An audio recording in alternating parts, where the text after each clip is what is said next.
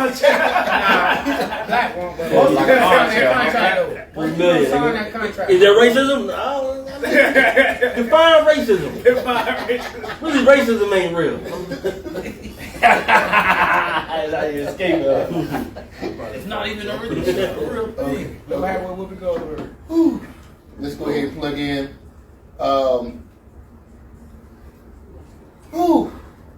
Welcome to the Brotherhood, Manhood, Fatherhood Conversation series as we present another edition of the conversation before the conversation. And our topic tonight is divine masculinity. We're going to break this up in a few segments. We're going to talk about managing masculinity, manhood matters, and masculinity versus the patriarchy. But before we go into it, I want to cover a couple of things. I want to give a big shout out to my brother, Brian Christopher White. Maybe I should say it. Maybe I say it too much. Bruno. He got married. Oh no! Yeah, Bruno and his new bride, my new sister Alicia White. We want to congratulate them. He did this a week ago, 2 weeks ago. It's about that time frame.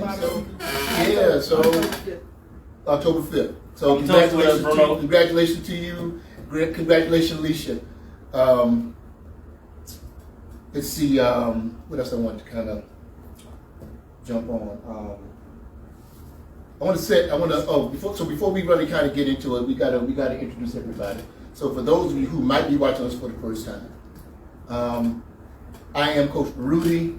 I am one of the men of the Brotherhood, Manhood, Fatherhood Conversation series, and we are here to present to you again a topic, and our whole goal, our whole focus is to navigate through this crazy thing called life and conversations so that our ultimate goal is for the black man and the black woman to get along better in relationship.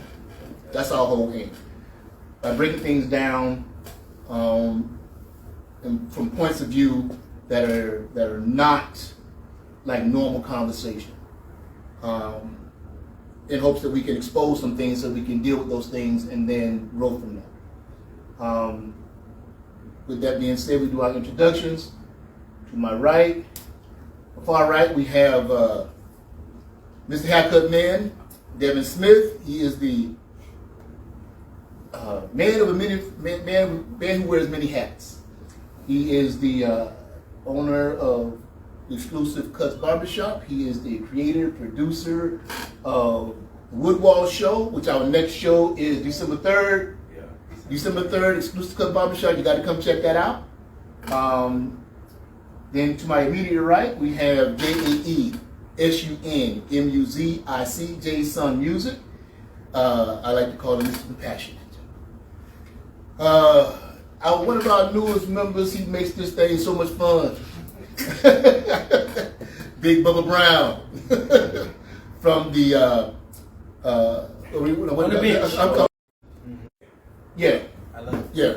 I'm digging it. I'm digging it too.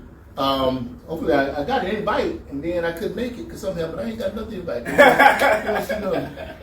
Because this week would have been good for me. All that Ime and all that, it would have been a good one for me. Draymond showing up.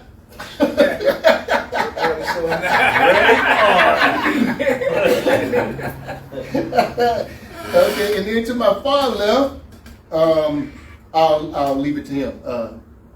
Jim? Oh, the young sex symbol, man. David Rucker, the star of the show. Eddie Kane, a.k.a. Ugas from Rubber Stomach, a.k.a. the dark skin genuine, a.k.a. the blues in your left eye trying to become the funk in your right. Yes, sir. Okay. The abbreviated version. Yes. That's exactly what it is. Okay, so I want to throw out a couple of things just for consideration. We're talking about manhood. We're talking about masculinity, divine masculinity. So, see, I tried to set myself up here so I could stay on point trying to like frame this stuff out. So, that's like half of the balancing act of creation. yeah, and I think one of the key things that, okay, so when you hear the word masculinity, right, I think we all think man or male, right? For most people, right? That's what they think. But Facts. but both men and women are both masculine and feminine, right? So so when people have this, when they jump out and they yell out things, when they talk about toxic masculinity, it's like they're doing that to talk about the ugly part of what I think is not masculinity. I think it's the ugly part of the system, and how the system has kind of like moved people and manipulated people and guided people into things for power and dominance, right? So I get it, right? I get it, because it's a part, it's that you need it, right? You need it. So I was explaining to a young lady, we were talking about, I asked the question, I said, when you hear the term divine feminine, what comes to mind? And she was like, nurturing, caring, power, and strength. And I said, okay, say more to me about power and strength. I think I get the nurturing and caring part. But in terms of divine feminine, and you saying power and strength, say more to me about that. And she went right to giving childbirth. And I said, but isn't that the masculine aspect of the woman? She said, what do you mean? I said, well, when you lay down with a man and you open yourself up to him so that he can plant his seed in you, I said, that position of acceptance is the feminine. You're receiving it. But when you push it, but when it comes time to, and carrying it through the gestation period, you're nurturing and you're caring for it, that's feminine. I said, when it comes time to push that baby out, you got to muster up some strength and you got to get aggressive. You got to help that baby fight through what it has to fight through to come into this world. I said, that's the masculine. But as soon as the baby comes out, you take the baby in your arms again, you go back into your feminine energy. I said, so we're wanting to say that because a woman does something, everything she does is feminine, is not accurate. I said, because you could be sitting up in the house, rocking your baby in your arms, somebody breaking your house, and you feel like they're going to hurt your child, and you grab a shovel and hang him upside the head. Is that the feminine beating them upside the head with a shovel? No. Or is that your masculine? Right? So part of, so us getting away from, and I know, for the most part, I know we get it, right? That men are both masculine and feminine. I don't want to knock you off, but Yeah. Can you give an example on the male side of the feminine? A male being feminine, a man going into his feminine energy. Man, okay, let me get personal. You gonna cry. No, I'm talking about Is crying that you didn't know it? No, but I mean, it can be. So, like, okay, I took my baby girl Nikki out when she was in middle school, and something happened, and we were getting ready to go pick her mom up, but we got the call that I'm gonna be running late. So we were like, okay, so we went to get something to eat, and I was just sitting at the table, and me and her were having a conversation, and she was just talking about normal stuff that 6th grade kids talk about, and I found myself listening to her, hearing her in a way I had never heard her before, right? Because I was actually receiving what she was saying, right? And I felt myself tearing up because as I was listening to her, I was recognizing how precious she was and how beautiful she was, and how as her dad, and I have to put myself in position to help her grow and mature into the best version of herself that she can do. So maybe that's an example of what I mean by a man being feminine. And it could be when I got one. Yeah. Your Yakutat, bro. You know what I'm saying? The creative inspiration that's coming from within, that's coming from that place where, that's feminine. Now when you begin to put it on the paper and go to make the moves about bringing it into the real world, that's masculine, that's the action. But the inspiration and the creativity, that's feminine. You know what I'm saying? So that's when they both work together. When you have an idea coming from within you, and then you take that action, wait a minute, okay, now it's time to get it out. Like you said, the baby goes in, you plant the seed. Right. The seed is in there, now you time to push it out. Yeah. It's the same thing. So like On the flip side too, it could be with your kids. Like you gotta like handle your kids with care. I'm just saying for a man. You know what I'm saying? A male where like a male could be like in his feminine energy is when you're caring for your kids, but you care for them like with gingerly. You could hurt them. Yeah. But you handle them with like grace. It's the same thing with your woman too.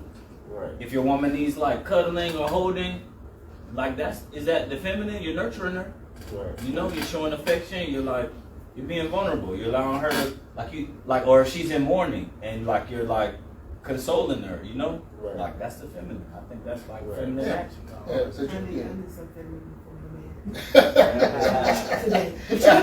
truth be told, you can't have one without the other. So they always working. They always working. Fluctuate and balance and that's part of the disconnect is that we have removed the androgynous dynamic of a human being. Yeah. Right. So it's no real way for you to break it up. So you can kind of try to give examples, but when you try to break it up, that's why we're in the confusion that we are now as a whole. Because they're trying to make it two different things when it's all when one. it's You try to same be thing. all one thing and all the time. Right. Now you're unbalanced. Right. So if a man tell you I don't have a feminine, you call BS. He's probably the 100%. he's probably the It's most not feminine. even Like that possible. person saying that. Yeah, he's whining then. Yeah. Yeah, because that's basically because that's I mean, he's lying, so you know how.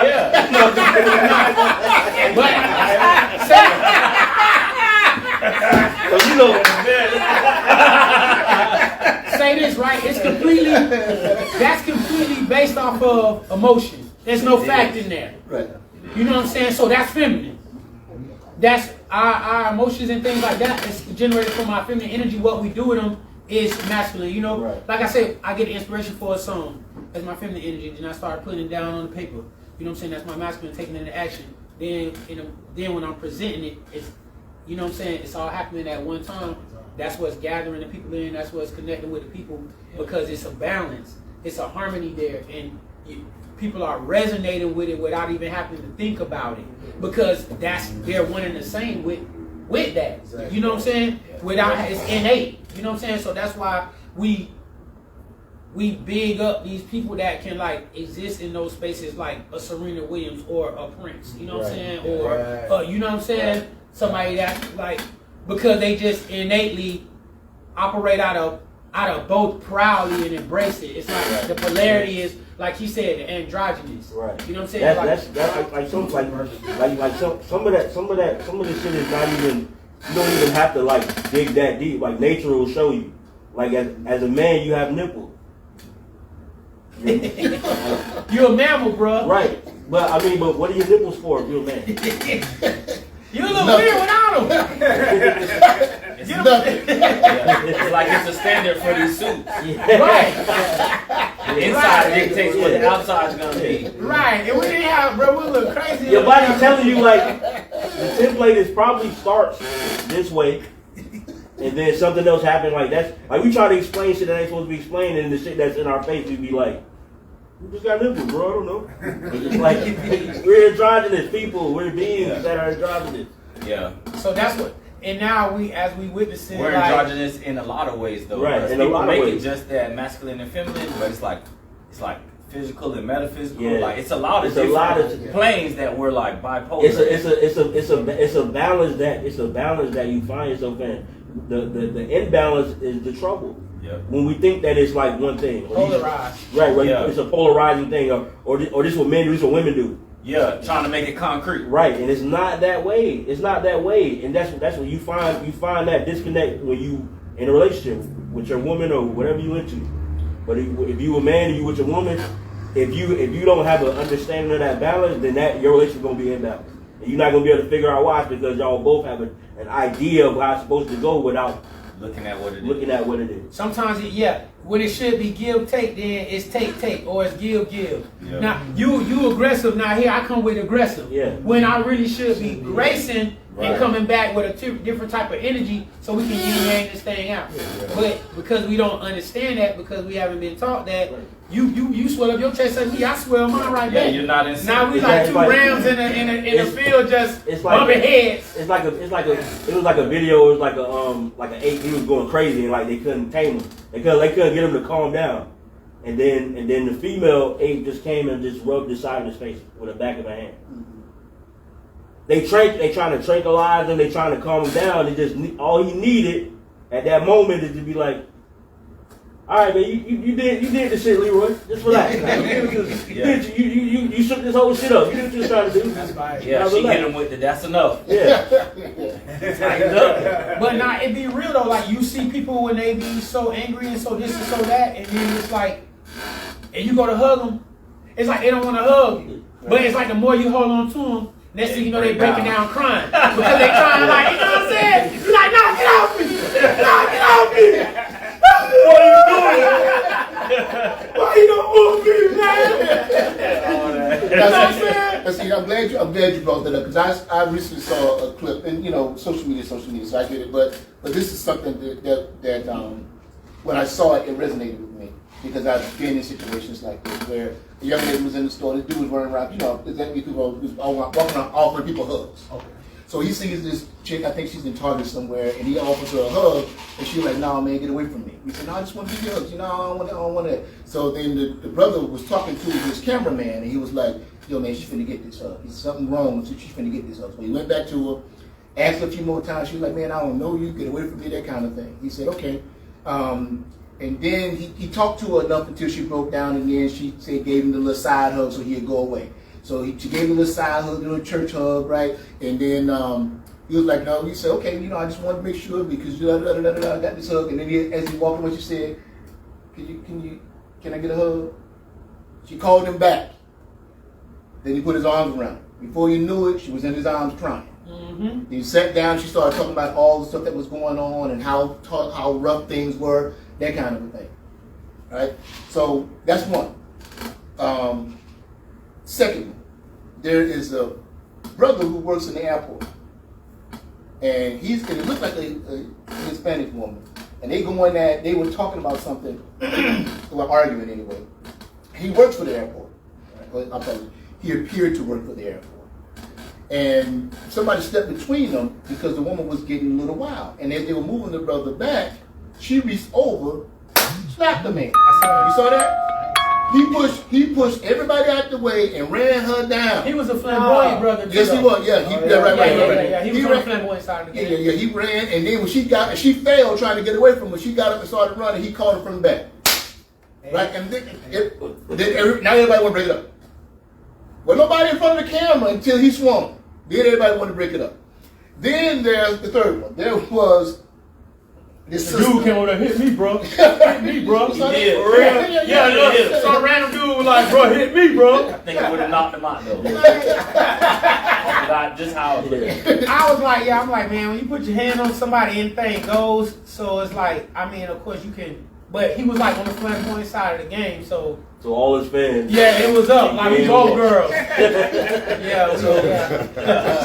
So now the third one. I'm learning right now. So the third clip I want to talk about is the sister. I want to say it was that Dollar General. Dollar Tree. She's not Dollar Tree. You saw that one. Yeah, I saw that. She's not on the feminine side of the game. Right, she in her masculine in her appearance, and she grabbed his brother by his dreads. He walking around trying to get something. She telling him to get out of the store, grabbed him by his hair, and won't let him go. And he's like, and everybody, she's dragging him like she's gonna drag him out the store. And then he resists. At some point, they go down on the ground, and he finally done had enough because you could put him out half like 2 minutes. He finally had, so he got on top of it, and he rolls his hand up. Now everybody rush in to stop him from hitting the female. So now, let's talk about managing your masculine energy. Masculinity, right? Management. So there's this. Okay, we're noticing the shift, right? Where there's this push for men to be more in their feminine energy, more emotional, more. So I mean, if you pay attention to anything that's out here, right? I don't care what television you show watch or movie you watch now. They got women beating up grown. They got grown women beating up grown men, and doing it well, right? So. I'm not hating on the equalizer, but I did see Latifah throw a football player over her shoulder. Stop it! Stop it! I got it out. I mean, but Latifah is. She's an androgynous being. For sure. She's been in her androgynous energy for quite some time. She went us. Yeah. That's not too far off. Well, I think she do her own stunning. Now I heard that show was ridiculous. Yeah. I don't even know why they played with that. They should let that go. But the point I'm trying to make, I'm not saying anything is good or bad or right and wrong. I'm simply saying that the lines are blurred, right? So, and I asked a young lady this. I said, so let's say me and you get into an argument, and you get to a point where you think it's okay to slap the taste out of my mouth, and you slap the taste out of my mouth. Do you want me to behave like you did and match your energy, or do you prefer I manage my masculinity and hold back? Which version would you like to get? She said, well, I don't want you to be back. So you want me to be able to manage and say, here's the thing. When you got a male who doesn't know how to manage his masculinity, don't know how to manage his manhood, everything goes. So now you done hit a grown man, and y'all fighting. Now you done hit him, so it's on. And he's bringing everything a man brings to the table, and you bring everything you got, but he brings everything he got. I said 9 times out of 10, how you think that's gonna go? She gonna wake up later. 9 times out of 10. So I'm watching. Equality. Right. We ain't talking about how the laws are skewed. Equality and inclusion. That's not equality at all. It's not. That's That's like, called equal rights. but that's like Bill comedian Bill Burr said. You're right. Am I right? Right. Comedian Bill Burr said women want equality a la carte. Oh yeah, for sure. So they want to choose when it's equal, and then it's like, no, I'm a woman. Yeah, by hitting you, you should hit me back. Yeah. But you should still take out his trash. Yeah. And go work on the car. It's I don't want to do none of that. It's like if the plane's going down, they go, all women and children, they out first. You like, hey, how are you? You got their equal rights. Kid. I mean, now you can just identify. Yeah. Right. Well, yeah. You can identify now. Yeah. Or I identify as. You can identify as now. No, that ain't gonna work with that plane going. Yeah, that ain't gonna work. Hey, I was just You gonna see saying. what it is for real. That's that. You gonna rinse What are you? Hey, people have feelings. Plane's going down. I'm a woman. I'm going first. Hey, I'm a woman. I'm a woman. It's gonna be a line full of women. Nah, it ain't gonna. Women look so many different ways now. What? It's gonna be a line That's full not of gonna women. work. That ain't going down. That's not gonna work, bro. That's not gonna work. Yeah, I watched somebody talk. Somebody said, yo, so wait a minute. When I found out that I can identify as a woman, and I can actually, I can identify as a woman and be a lesbian. So I can identify as a woman and still have sex with women. That's the she beat the game. That's you in the matrix. Like Mario when you find the You know what I'm saying?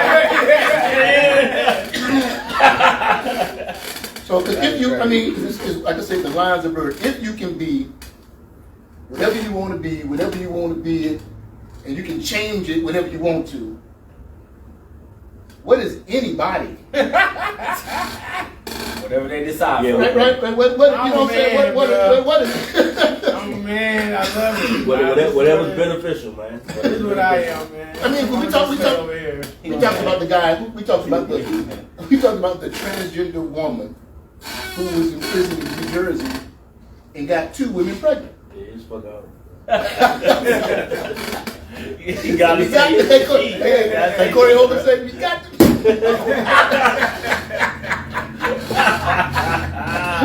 But it's like, He was okay, so They she probably was was a chasing him. lesbian with an organic strap on. What? Yeah. Wait a minute. It's the same as a lesbian using a strap on, just mine is real. But it's gay. But this is my man, alright. Yeah. Hey, but that's what I mean about we so imbalanced that everything is swapped. Because like we have it where we define everything. Everything is definitive. Mm-hmm. And so once you define it, it is that thing. And so what happens now is, okay, if this is that thing, then I can define myself as that thing and I become that thing. Mm-hmm. Because that's where we are. We've decided that this is that thing and I can become that thing. So like it's like now my logic is undeniable. I'm a woman, so I want to swim with the women. Or I want to fight with the women. I want to play ball with the women. I want to go to jail Fight with the women. Boy, stop playing. And if it just so happened that somebody gets pregnant, I'm still a woman. So what you want me to do? Right. Wait a minute. Now you're a baby But mama. you're not. Yeah, No. I'm a baby mama. He's that baby mama. But you're not. By the confines of the law, I am. But Yes. you're not. Because some women have penises. Yes, they do. Wait a minute. I don't make the rules. Don't be mad at me. Yes, they do. Peace was good. Hold on. Man, it's too much. It's too much for me. Like who said too much for one to deal with? Like you seen the adult ballerina from Miami. I ain't seen it. What? Her name was Hennessy. You see Hennessy? That's a great Hennessy name. was born a man. Hennessy was born a man Okay. in like Philadelphia. Got everything taken care of. Oh, Did what God allowed. okay. Chop whatever needed to be chopped. Okay. Got everything right. Moved down to Miami to be an adult ballerina. Okay.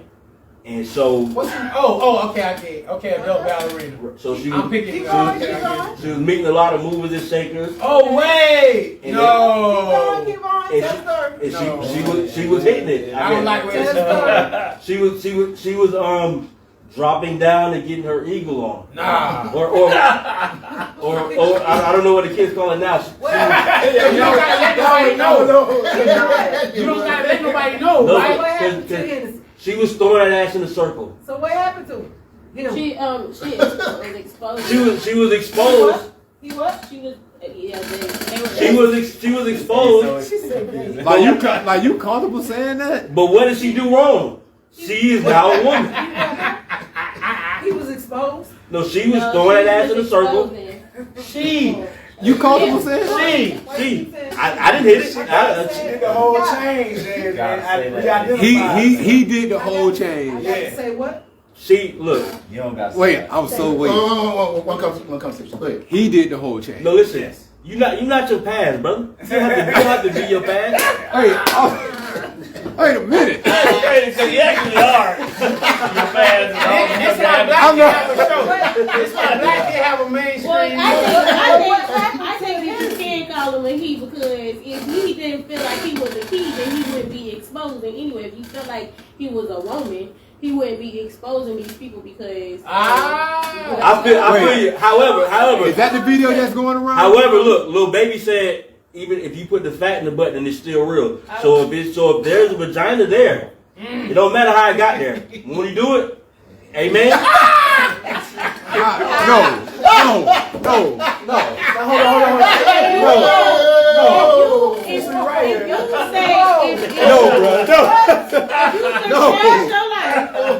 You done changed your pronouns. You done said that I am her. No. I am she. No, you right, but she didn't just change her pronouns.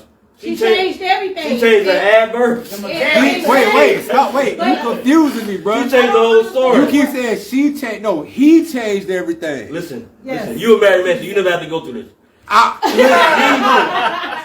She has a vagina now. No, bro. Tony. He changed everything. You Tony. keep saying she changed. Tony. She ain't changed nothing. No, He no. changed. Listen, Semantics, man. I get it, but bruh, let's just listen. I'm with the mother. Let me ask you. What's a woman?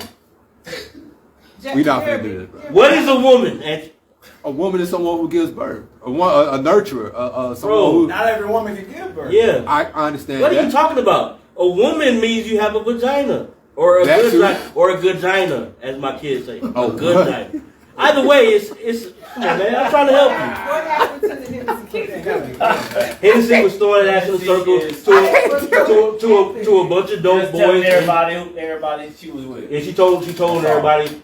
Now everybody's like, oh, they Oh, did that's Wait, green, I bro. said- okay, That's super hold on. green. I seen that video that's going around Hennessy though. told everybody who Hennessy was. No. Hennessy No. was with. Hold on. I got it. This is what I hear because I don't know the story. So this is what I'm hearing them say. Hennessy fucked a lot of men. And then told the world what men she fucked. Did I get it right? Yeah. I mean, but that's what women do. You know what I'm saying? But did they know? No, they didn't know. I can't even get mad at you for that one. I can't get mad at you for that They picked her up at the club, man. They know that Hennessy was blowing.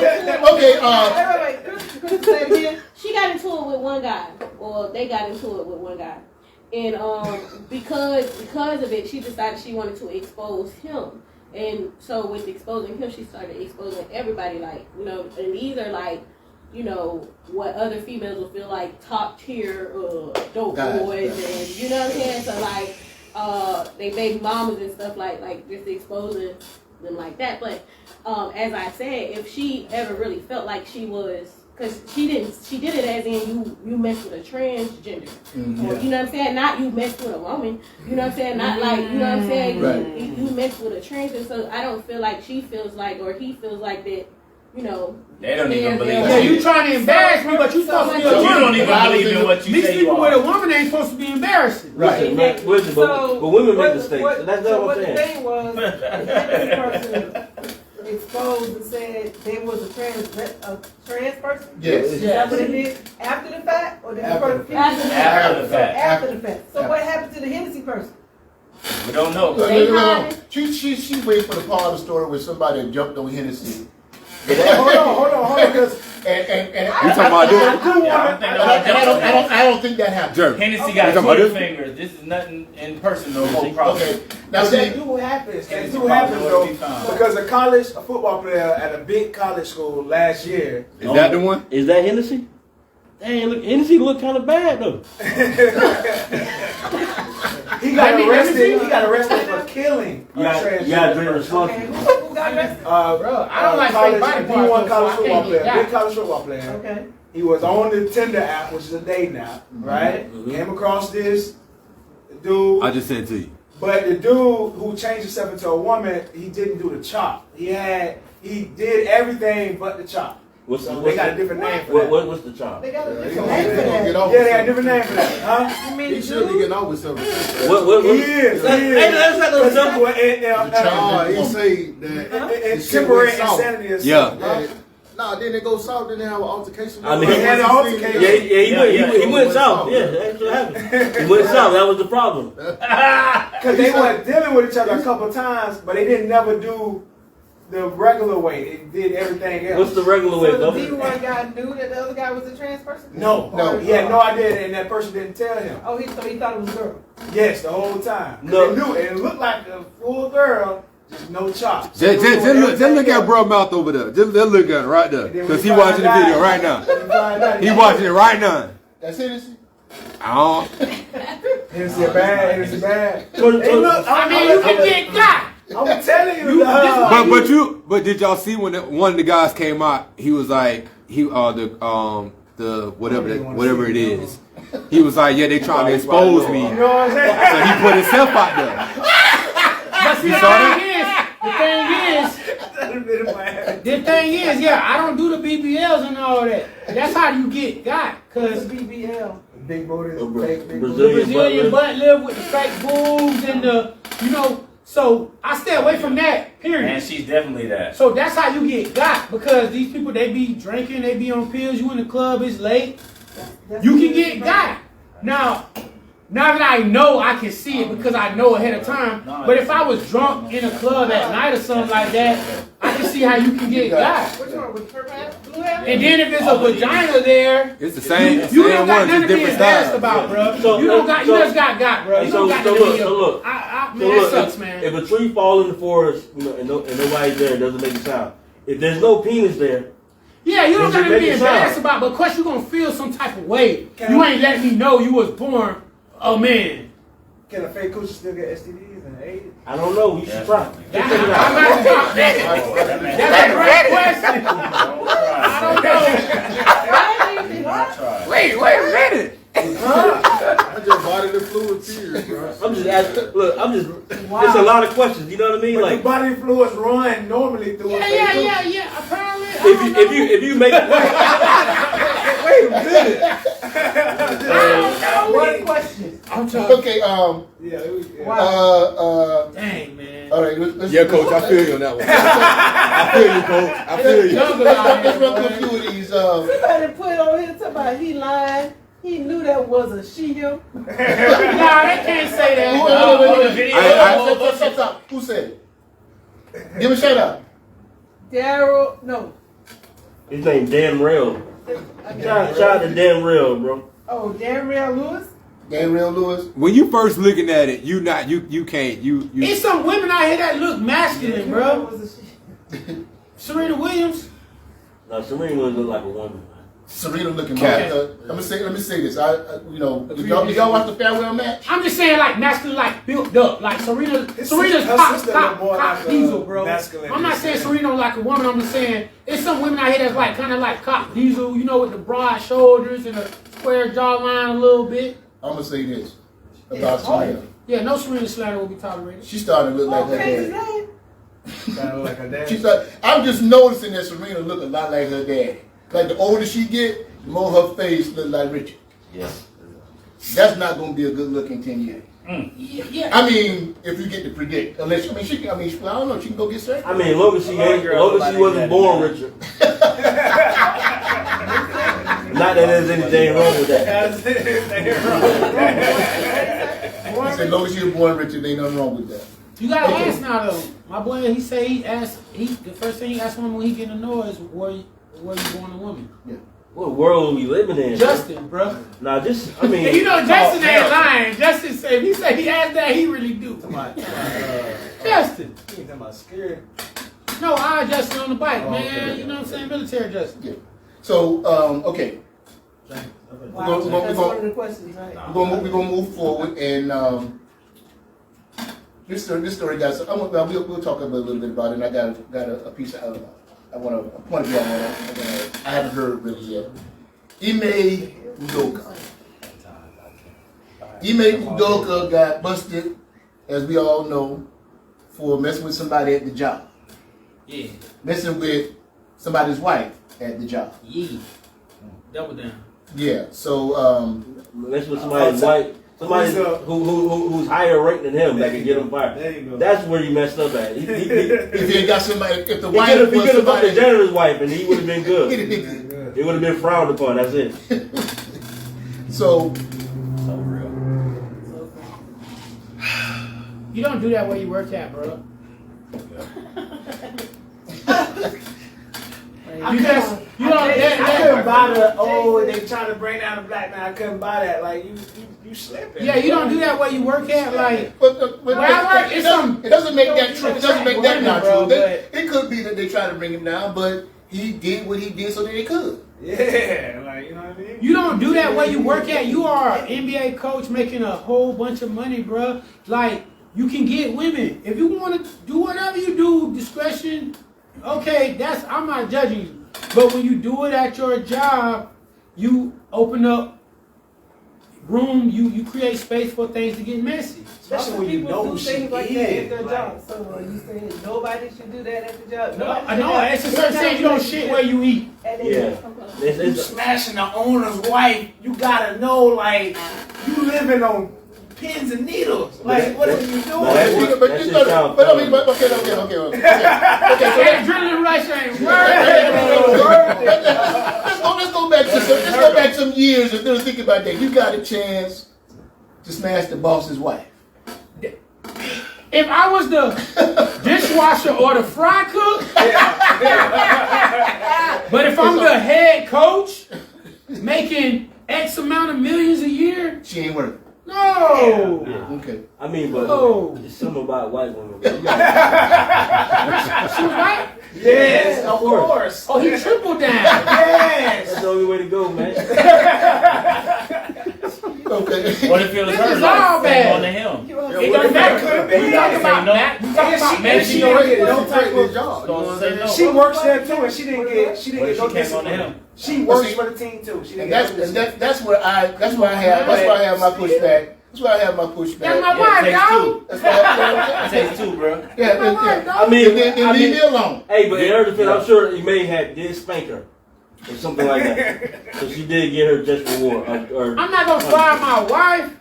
I'm gonna fire you. You can't do that. You can't work here every day. You can't. beat my wife down. You can't discriminate. Yes, I can. I own the team. Yeah. What are you talking about? People get messed Bro, up. what are you talking about? Like owners can do what they If Devin want to fire me, he can guess fire what? me. If I'm a barber here and Devin He can decides to fire me, he can turn fire around. me, He bro. can turn around and he can sue. That's a lawsuit. Okay. Nah, ain't no lawsuit. Nah, because Boston's one of the few teams that have it in there. Like when you sign your So contract, what? fraternization is in there. Not every team has it. Boston's like one of 5 teams that got it. So he knew it going into the job. Like there's no fraternization. You know what I mean? So I'm not saying he's not wrong. What I'm saying is, Why did she get in trouble? he's the only one who got punished. because So- a lot of white men. Who Look. I get it. But that maybe that's a feminine thing. My woman thinks this too. Shit ain't fair, man. Like when y'all be like, well, why did this happen? Because it ain't fair. Your bro. masculine energy knows that sometimes things ain't fair. Yeah. You have to teach your son this. Yeah, early. life ain't fair. You have to teach your. I don't think that life is not fair in a grand scheme, but there are certain constructs that exist and are running, are fully running in this matrix. And you feel and me? not even as simple as, not even as complicated as not fair. It's not gonna go your way because you want it to. That's like an emotional thing to be like, Yes. I want this to happen, so it should happen. Yes. No, if you fuck my wife, all bets are off. And I'm staying with my wife. We got all this money invested together. You're gone, bro. If I'm a billionaire and I own a basketball team, that means that I have the ability to ruin you. So just for my male ego, I'm gonna ruin you. So guess what? I'm not gonna fire you. I'm not gonna fire you. I'm gonna retain your rights. I'm gonna tell the world that you cheated on your girlfriend, or so that nobody wanna hire you. I'm gonna make sure that it's such a shit show that when you try to get a job, you gotta at least talk about it. Hey, what about that white woman you was fucking? Hey, that's behind me now. You gotta go through that shit. They could have kept it under wraps. Like Boston released the information. You know how many coaches It was intentional. fuck the cheerleader and fuck a lot of them. Yeah. So it being public knowledge was on purpose. It's because I'm gonna ruin you. Yeah. Because you guys were both stupid. Because you guys were talking about your relationship in front of the ring bell. How stupid can you get? I'm sure he told his wife, how stupid can you be, Annabelle? Yeah. And then he ruined his kid. That's like, Annabelle. so when you, Yeah, because I'm a billionaire. Yeah. All these owners are my buddies. So I need to put it out here that, bro, you Yeah, bit like the who in hand their right feed mind you. goes to war with a billionaire? You bit the hand that fed you, though. What you doing? In those higher realms of money, Ain't you nothing but a couple black coaches. that We hired you as a black coach. Ain't but a couple of y'all. Ime Udoka. We African. You know what I'm talking about? and you was in line You done put the African you rod up was in my in life. line to triple your salary. Yes. Yeah. Bro, it ain't. I'm not into white women. Hey, So I wouldn't cross that line anyway. Yeah. Now, if he was married to Chantrell, then possibly I could have fucked all my life. Nah. But Annabelle, I'm not even looking at her in the eye for more than 1 second. You in line to make $10 to $30 million. $10 to $30 million a year. You better not look me in the eye if you're related to this man. So this brings up something. So y'all saying y'all got self-control still. You got No, hear me out. So imagine this lady like catch you in the elevator and like you just standing there minding your business, but she do it all to you. No. Reach in your pants and pull it out. You gonna be like, no, I don't. No, you're the no. Yes, I'm like a runaway slave. Black man. What are you doing, Miss Annabelle? I'm just checking. I'm single. I'm in my 40s. I can snatch anything I want. Right. I'm straight. I'm gonna hit the firefighter button, and I'm gonna say this lady is trying to touch me. Look at the camera. You gonna call rape? Look at the camera. This lady is trying to touch me. You got a question? Please. Yeah. Somebody commented. Who? Darnell Darnell Lewis, who said it's hope. Laugh out loud. Oh, okay. She must have got the magic because no way I'm risking my job at that level. That's what y'all say. I mean, she's a powerful woman, bro. They got their charms, but dog, you don't do that where you work at. Okay, so here now. This Get messy at work. This is the aspect in terms of the whole how this whole thing was playing out that kind of got me. Stephen A. Smith. We know that he's not one of my favorite people to watch when he's handling these kind of situations because he's handled. What's that? He like that. to use that word capitulate. Well, but when he got into that back and forth with the sister Malika, what's her name? Andrews? Malika Andrews. Because she was being emotional, he was like, "Yo, you being emotional." He what I saw was him capitulate.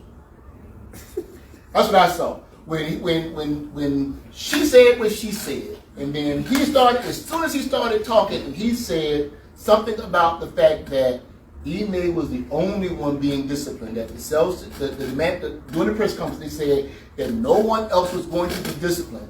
He pointed out, first of all, the way you're handling it and managing it, it don't look good because this kind of stuff goes on all the time, and y'all putting it out there, and y'all don't want to put this kind of stuff out there. And then nobody's going to be punished. When she jumped in, like Stephen A. was wrong to say that the woman should be put on Front Street. Also, he backed up off of it. And say that's not what I'm saying. I'm saying that Ime is the only one who. Am I the only one that see that every time somebody says something to him, he? I mean, that man know what his bread is butter. Yeah, it's like first of all, we all know that we're in a place right now in society where you're not able to question a woman. A woman is above reproach, especially a woman who appears to be black, even though she's Jewish. Which could be the same thing, but nothing wrong with Jews. Shout out to Jewish people, man. I gotta love you. But anyway, so same thing. So, but you're not allowed to tell a woman that she's wrong in public. Just can't. You're not able to do that. So even though she was like making an irrational point, when she was like, oh well, why should her name be drugged through the mud? Because you drove this man's name through the mud, and this shit happens all the time. This shit happen. I was a manager at Walmart. This shit happen. A lot of the men, I don't want to shame nobody. I have to manage at Walmart, but a part of having a position of power or where you lead, not only power, but when you lead men, and then also when you lead men that other people can't lead, it's attractive to women. Yeah. You're going to have your pickets. Guess how many coaches are fucking their assistant or the ball girl or a cheerleader. It happens all the time. This is not what I think happens. This is a fact.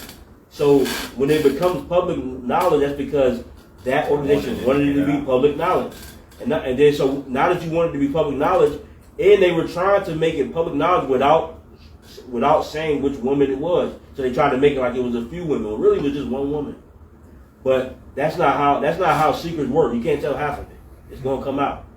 So the logic thing, which works in the masculine, when you say, hey, if two people were fucking each other and they both was married, why is one person in trouble and the other one's not? That's a logical question. Like, why the fuck? What's going on? Right. So when you bring that up and then you have an emotional response like, well, she's a woman.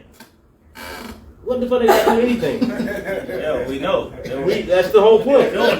If it was a man, this would have been a greater story. Yeah. If this was Hennessy, I would have been like, this shit is getting good. They would have been cheering for him if it was a man. He was Yeah. They would have had a reality show, bro. They would have been like, hey, good for you. They would have had a reality show. show. You're fired, but good for you. Yeah, Tyler Perry probably would have did it. Yeah, it would have been like True Green, the Ime Udoka story. But certain things, yeah, well, see, because a lot of people write that's black, right? This is to me, the whole narrative online of, oh, but if that was black, it's like, bro, get out of here with that, bro. That's play, bro. Womp, womp, womp, womp, womp. If was a fifth, bro, we will all be drunk, bro. Like, it don't apply. It don't apply to everything. If this was a black, but if he was white, he ain't. They not. It's the way saying Stop. if anyways. Like, right. bro, it just, you already know that. And it's always something ridiculous. Like, if he was white, you wouldn't care if he had sex with kids. Like, bro, it's disgusting either way, bro. I'm actually more embarrassed because he's not white. I would hope that he was white. All my life working in this matrix, if I get pulled to the office or some, okay, I remember I got written up at a job because I was swamped. I worked at a kitchen, I was on the line. I was swamped, the executive chef told me, hey, I need this. I said, hey, I'm really busy. Can you come back here and help me? Mm-hmm. He wrote me up for that. Because I said that out loud. I said, hey, I'm real busy. You can come back in and help me.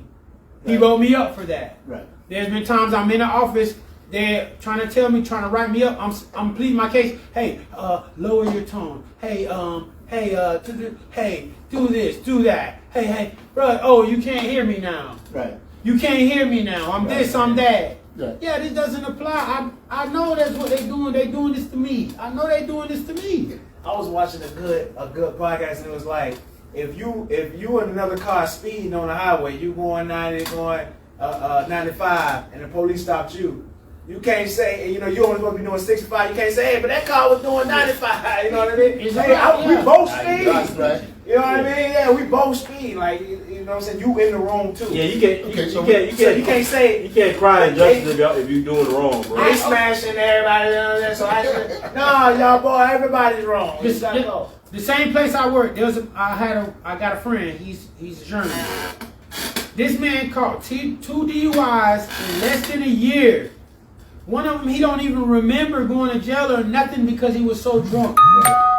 Both of those DUIs got minimized to a smaller thing, and he did a program, and it was completely wiped off his record. And I said, brother, you know why that happened, right? And he hung his head in shame, and he said, I know. And he was embarrassed about it. But is he not supposed to take advantage of the opportunities that's afforded for him? No. Yeah, it's not going to happen for me. He wasn't really embarrassed by it. That's like being embarrassed. No. This man is he's a good man, bro. Like, we're friends. He's actually a good person. But, like, I was having a talk with him, like, looking him right in his eyes, bro. Like, bro, you know that opportunity would never be afforded for me, right? That's why it's hard for me to get money to but side note, whenever you find yourself with white guilt, like you have somebody that has white guilt, that's when you borrow money from them. It's hard for me to get money to. He took me kayaking, man. He took me kayaking. It was great, man. It was one of the best experiences I ever had. Canoeing or kayaking, one of those, whichever one. I don't know. Okay, but it's great. Let's move to the 50 Cent story. 50 Cent beefing with his son. He really ain't beefing with his son. His son beefing with his son. Yeah, he 50 and like 50 chilling, dog. Like you put in the situation you in with 50, it's because you put yourself in it. It's like his logic would be undeniable. Bro. Like, if you told your ass, you had to tell your ass with 50. That's the only way 50 don't rock with you. Like he's not a villain until you. But once you go there with him, then he gonna beat you there. He gonna beat you there. And he really gonna beat you there. He said he's open. He said I'm open to having lunch with him. He gotta pay for it though. But bro, you hanging with people that tried to kill me. Yeah, like it's not. His son was hanging with people that tried to kill him. Yeah. Out of spite. Like it's like at that point you're your mother's child, man. Like it's like Yeah, you really know what the way to say it. Everything emotional. Yeah, it's like overly emotional. Yeah, it's like at some point when you, especially when you hear this kid talk, he sound like a baby mama.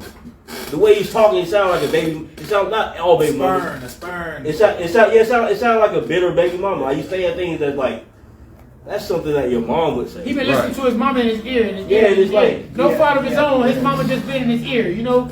But that's what happens with a lot about our youth, our young boys. They have a lot of the mothers in their ear because they're bitter and mad and upset. You know what I'm saying? And that's why we can have a lot of men now that are not strong enough to deal with women who had fathers in their household. Yeah. It's a complete, totally different. And you know what it is, like, and it's like this is something that I had to like find in myself too. The work that I have to do with myself is as if you raised by a single mother, you will have ways like your mother and you won't even know it. Right. The way you handle conflict, or the way you handle when you're upset or when you're emotional, you feel, you start to act like your mom. It'll be in a man. That's people think like feminine is like wearing tight clothes or you act like a woman, like you sound gay or whatever. But like a lot of feminine shit is like, I had an emotional moment and it became irrational. Because that doesn't mean that women are irrational, but if a woman has no self accountability, she will be irrational in her emotions. She'll be like, well, I'm a woman. That's just what I do. And you'll find a lot of men are that way. And then if you'll ask him like, hey man, you know your dad, never met him. Yeah. You hear it. You hear it now in this music. It's like, oh, you said somebody didn't like, so I'm gonna kill you. You step in my shoe, I'm gonna shoot you. Yeah, like that's like, ridiculous. Yeah. That's like if that ain't irrationally emotional, I don't know what it is. When you have these or you have like when you're not able to build and cultivate relationships as a man. You're not able to have friendships. My circle's so small, it's disappearing. Like stupid shit like that. It's just like you're not even capable of building and cultivating relationships. Not even romantically. You can't have a friend. You can't have friends. That's because you have no accountability and you have irrational emotional behavior and understanding. Or somebody did something wrong and you couldn't even talk about it. Somebody hurt your feelings, you can't be like, hey man, when you did that the other day, man, you hurt my feelings, bro. But that was out of pocket. That was out of line. But that comes with not having a male figure, or B, and also B, not having men who have male figures, so y'all learn how to be men from each other. And so y'all have a deficiency and y'all learn how to be men with each other. So y'all all think like that. Everybody co-signing the shit you do. Yeah. No accountability. Yeah, no accountability. Feelings over facts. Yeah, because like it's nothing wrong with being wrong. I be wrong all the time. Jay will text me and be like, man, you don't do that, bro. You did.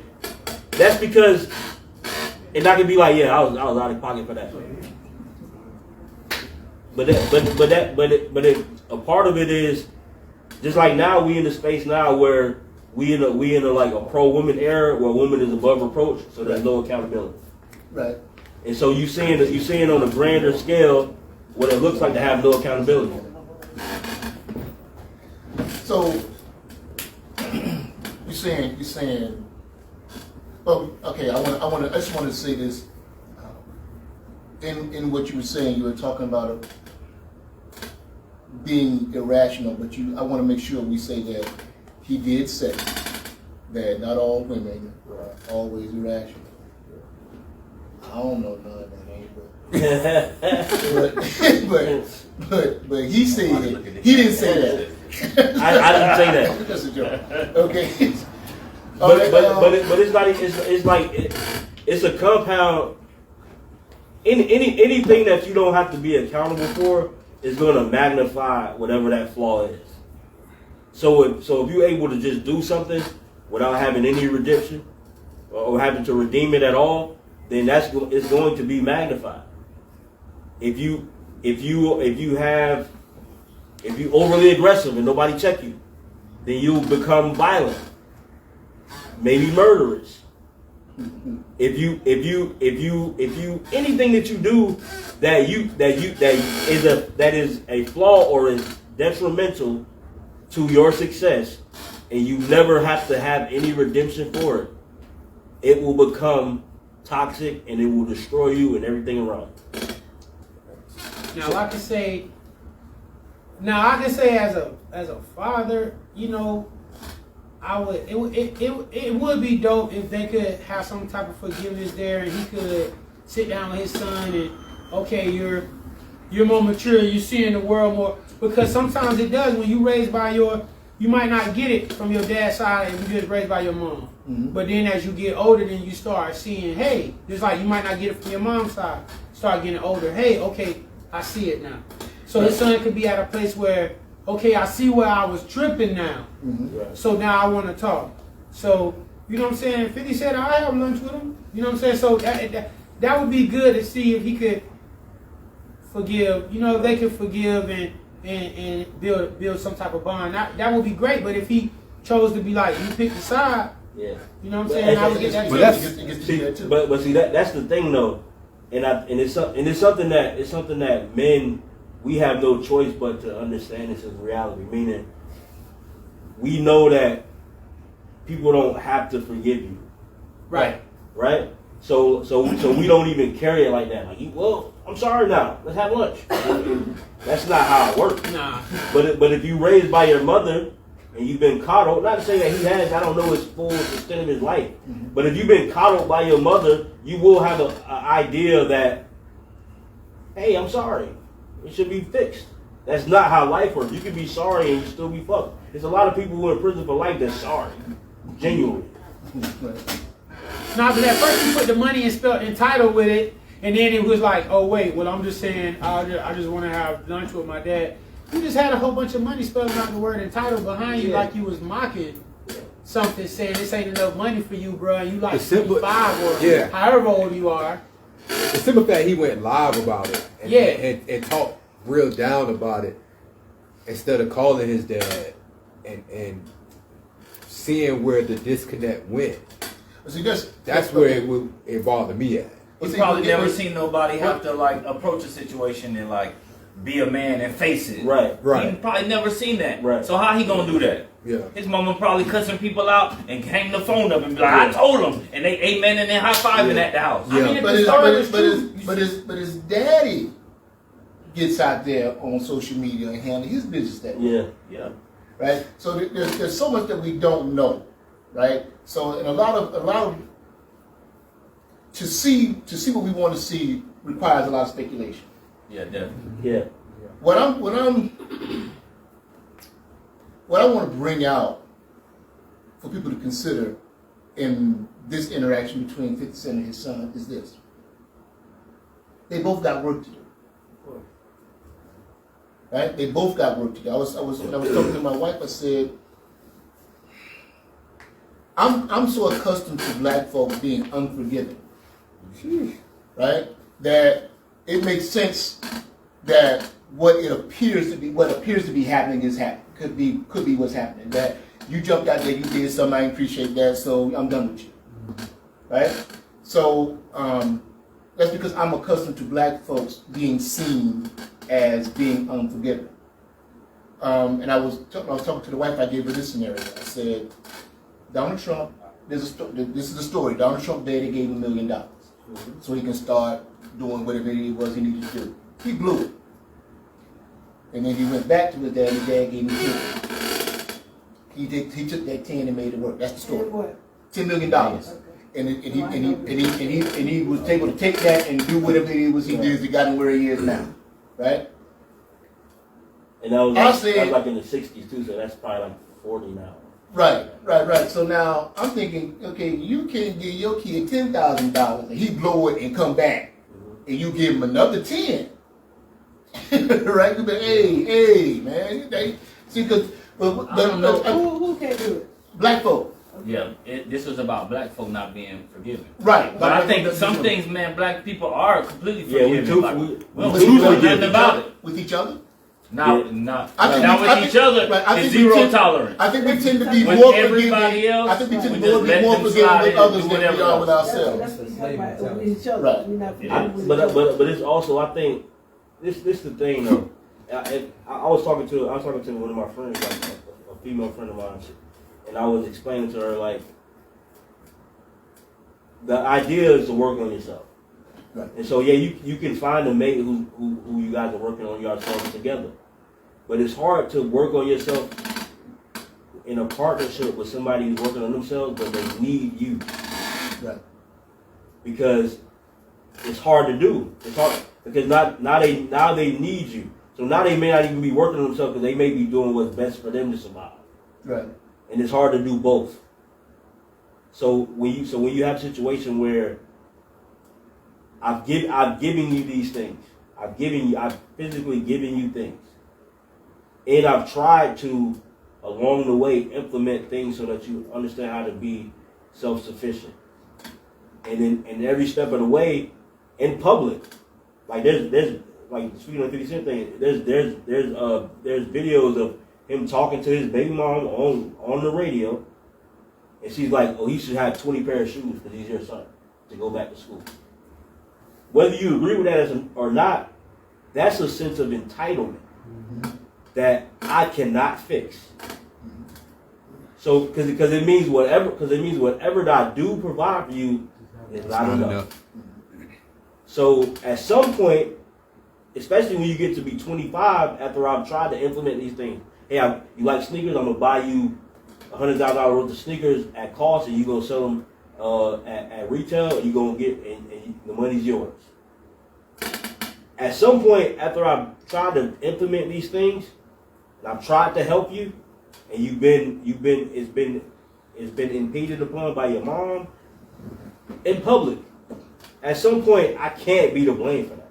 I can't because I not only have I made it so that you're financially not have to worry for nothing. Right. I've also tried to instill tools in you so that you can fish for yourself. Right. And then you are now in present day speaking, and the words sound like a regurgitated standpoint of a baby mama. Okay, so I'm gonna add to what you said, and okay, so by using this, shout out to Zoe Williams. Zoe Williams got he's the acronym WIP. We're all works in progress, right? And then the one my wife put together was a WTBB. We all works in progress, working to be better, right? So if that's the case, then the level of forgiveness and the level of understanding, it would be cool, I guess you could say, if we were in the mindset to extend that, right? But as you said, as men, you understand, ain't nobody got to do that for you, right? So, ladies and gentlemen, our brother Greg Meeks has arrived. He's on the program. He's joining us at the table. I want to try to transition in from where we are into what we're saying and put the two things together. You put a post out. They got you some heat when you said something like, and you can correct me. If you are not capable of financially supporting the family, you shouldn't be having sex. Absolutely, yeah. Okay. Could you say a little bit more about this? Oh yeah, like so. You know, growing up, I'm assuming we all grew up in the same type of community. Yeah. Same type of neighborhood. I'm from Daytona Beach, but I grew up in the same type of neighborhood as everybody else. Yeah. So growing up, even to this day, you know, I see that, you know, man who is not. I'm not saying you have to be rich. Mm-hmm. A lot of people took that they took that as you got to be rich. Right. I'm not saying you have to be rich. You just have to have the resources to be able to take care of a family. Right. If you don't have the resources to take care of a family, in my opinion, you shouldn't be having sex, because that's what brings life in the world. Because I've seen too many times, even to this day, we have young men having sex. They don't even have a job. Right. Now, granted, have I did it? Yes. You know, but just because I've done it, that doesn't mean the cycle should continue.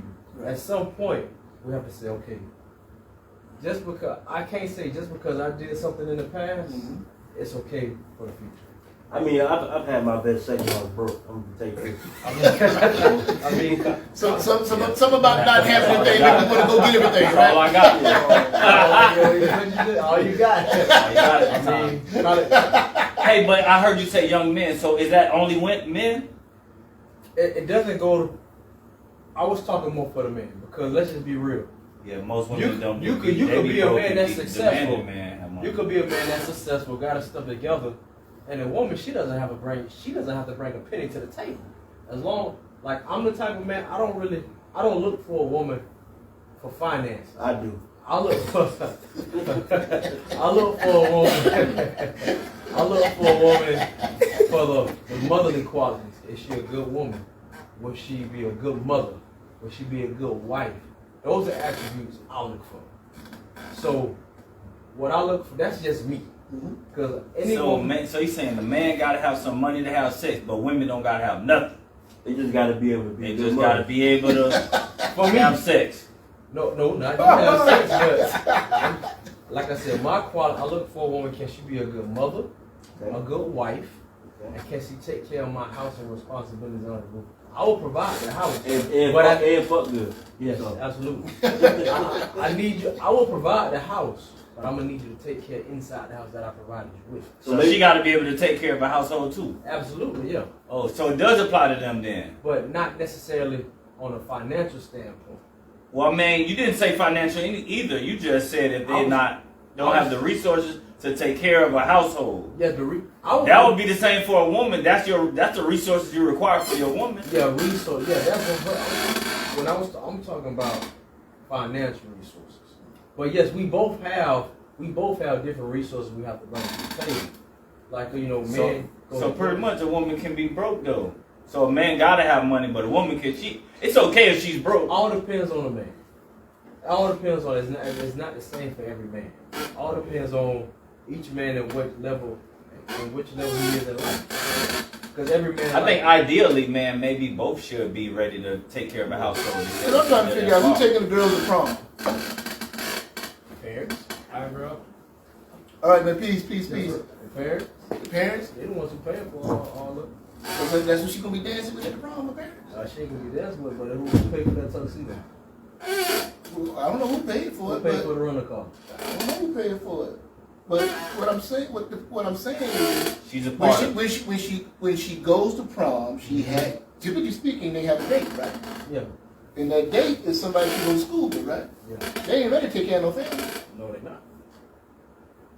I'm just saying, I'm not against what you're saying, right? But I'm just saying, the way I work, I'm like, okay, so what's next? So let's say that is the thing. So now, men are not.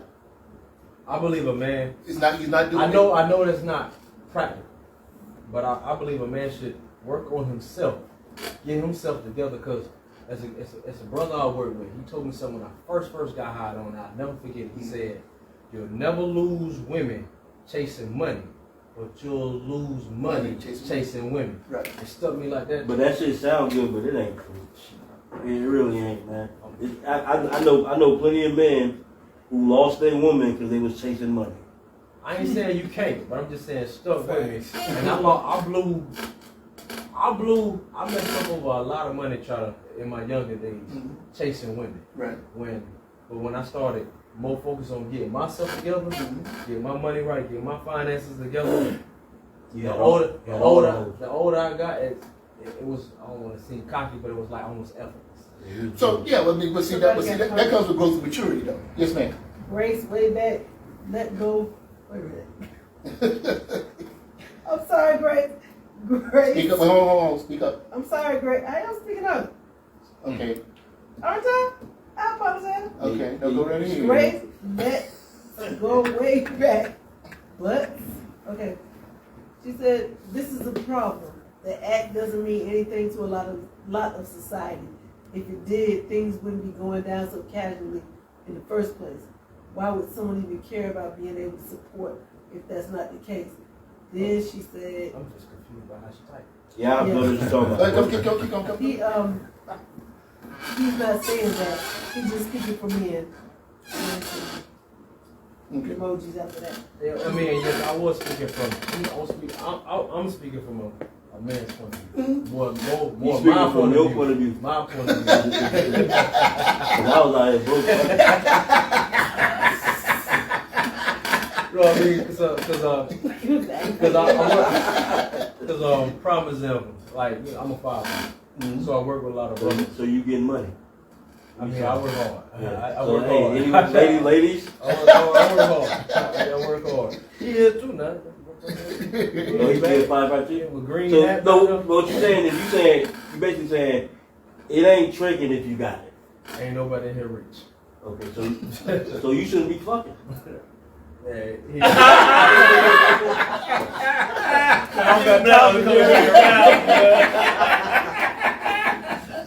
so this is analogy. He said he can take care of the household though.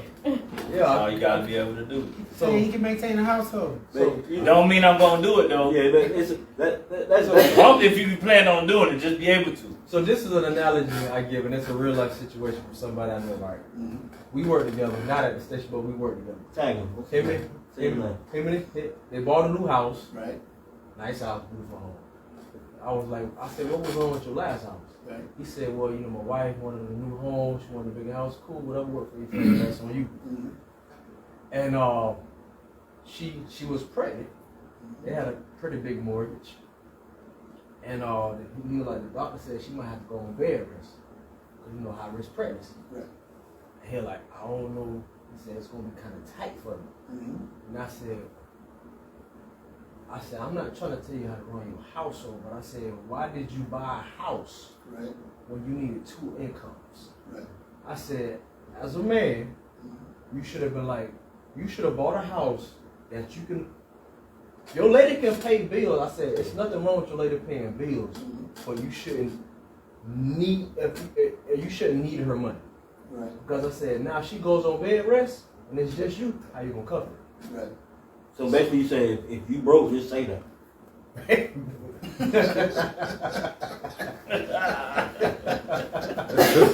We'll have a receipt from that. We gotta take it back.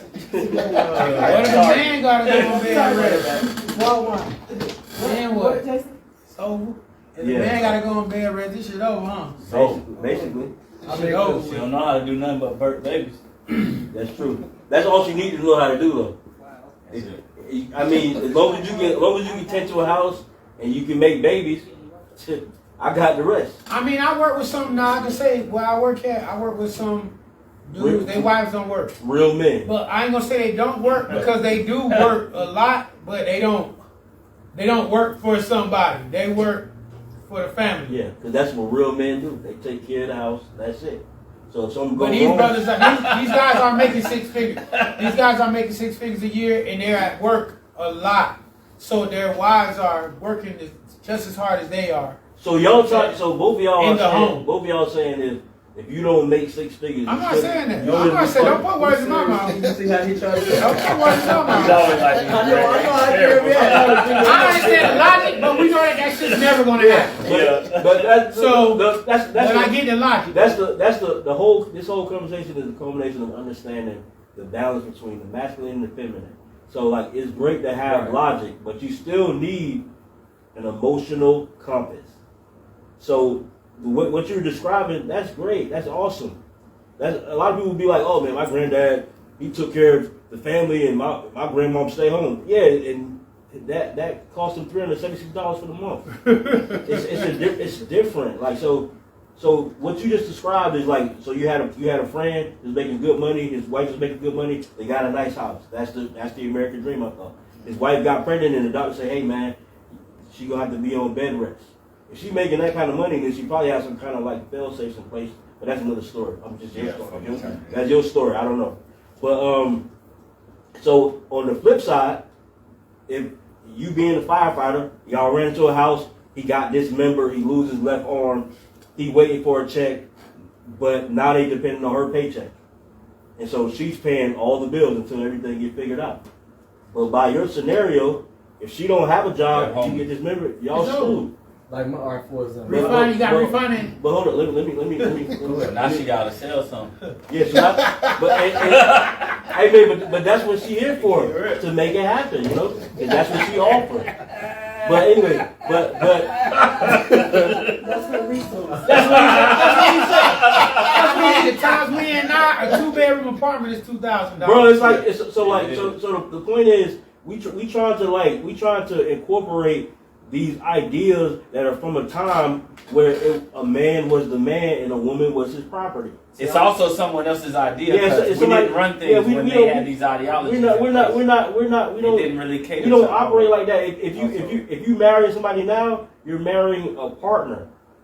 So granted, her role in that house may not to be bring financial income, but at the same time, for the majority of Americans and throughout the world, people who have a progressive society, they both bring in income, or they both bring in something to contribute to their household.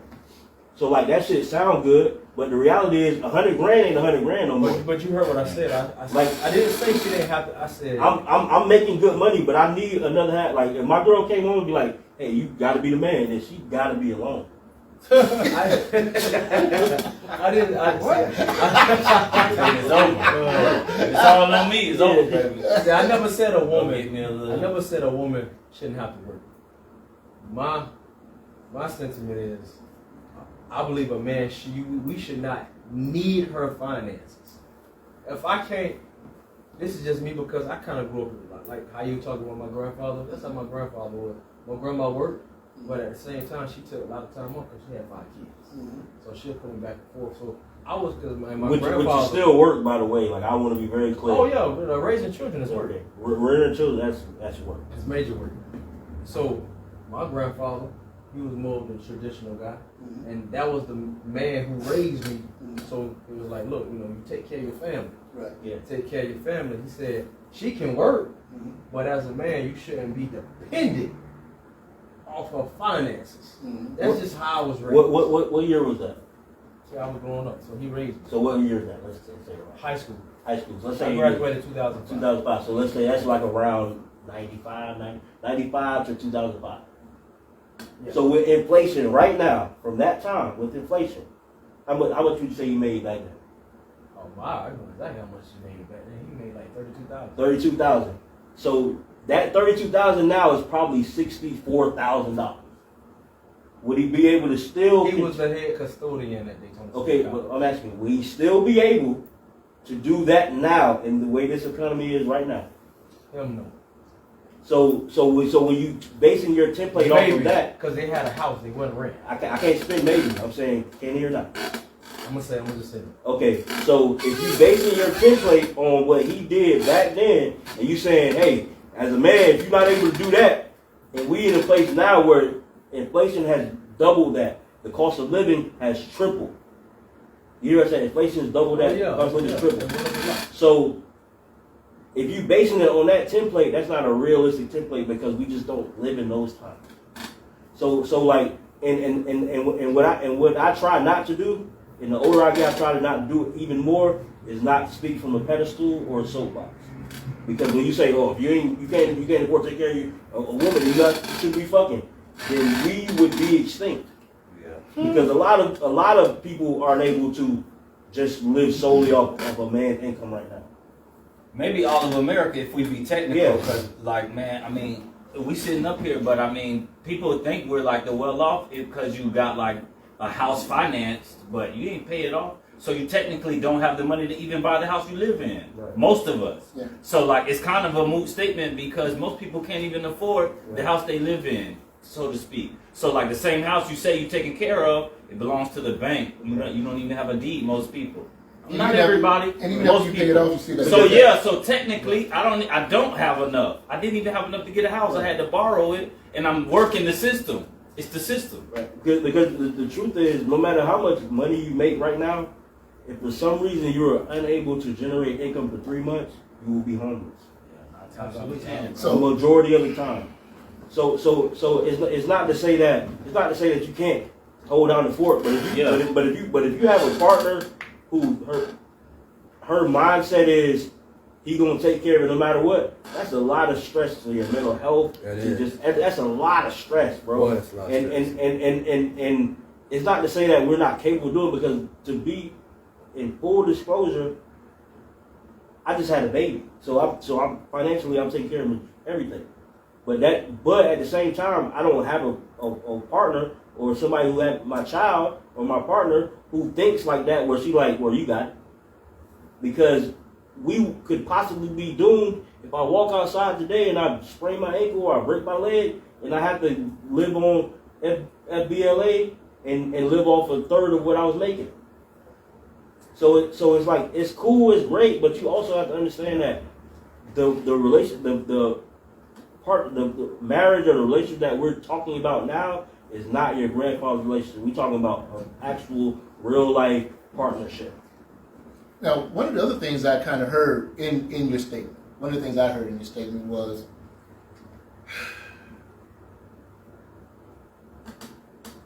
teaching. Okay, I want to say this properly. I want to make sure I say this right. That it would be good, and when we're raising boys, to raise them in a way where the thing that they're chasing first is their purpose. Exactly. So, rather than chasing women. Right. Right? Because once a man who's chasing his purpose, that's an attractive trait.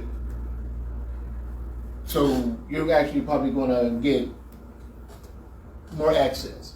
But we're also talking about discipline. Mm-hmm. Right? So, and I think that's possible. I don't think it's. I think it's possible, but I'm not sure it's practical. Yeah, it's just practical. It's practical. It's not common. How do we get a generation of men to teach another generation of men not to chase ass? Yeah, and they watch you do it. You got Right. a son? Yeah. You what, 10? I have a son. Mhm. You have a son? Well, I'm I pretty do. sure they're probably going by now. Yes. You have a son, you go like 12 or 10? 10? You have a son? 2, Okay, how old are they? 22, and 8. Okay, so we all have some. Right. Start right now. Are we raising our sons? Stars in the house. Right. We the ones who implement that. Right. Now, if they take it, they don't take it, but it starts at home. Right. It starts with us. Right. Because my grandfather taught me that. I guess what I'm teaching my son now. Even though he's only 4, Right. I'm gonna teach him those same aspects. Right. Because, prime example, I'm gonna say it, my brother, he had twins on the way. He already got one, all from the same woman. Right. He got twins. I love him. He don't know what he doing. He didn't read the post. Yeah, fuck. That's exactly what he's doing. That's exactly what he's doing. He fun around and found out. Learned it. I mean, I love him. That's my brother, but he land with no resources. Yeah. Yee. Nah, he stressed out. You got a challenge. You got a challenge ahead of him. He got a daughter, but she 1.5. Oh, And he got twins due on the way. in a few months. Might as well go again, man. Yeah, you know, I mean, What it matter now? I mean, don't get me wrong. Like, I'm not saying your premise is not. I'm not saying that your premise is wrong. I'm just saying there's a flaw in your thing if you think that it's just not a practical thing that happens in the society or not, just in the world. Things are being, because bottom line is things are always being redefined. Yeah. But we're in a time now where the lines are blurred. The lines are blurred on so many fronts right now. It's just challenging trying to figure it out. Right? You can be. It seems like the broke dudes are the best side dudes because that's who they are. For real. Because Women gonna keep the stable man. Yeah, because when you stable, you gonna run through the other dude. And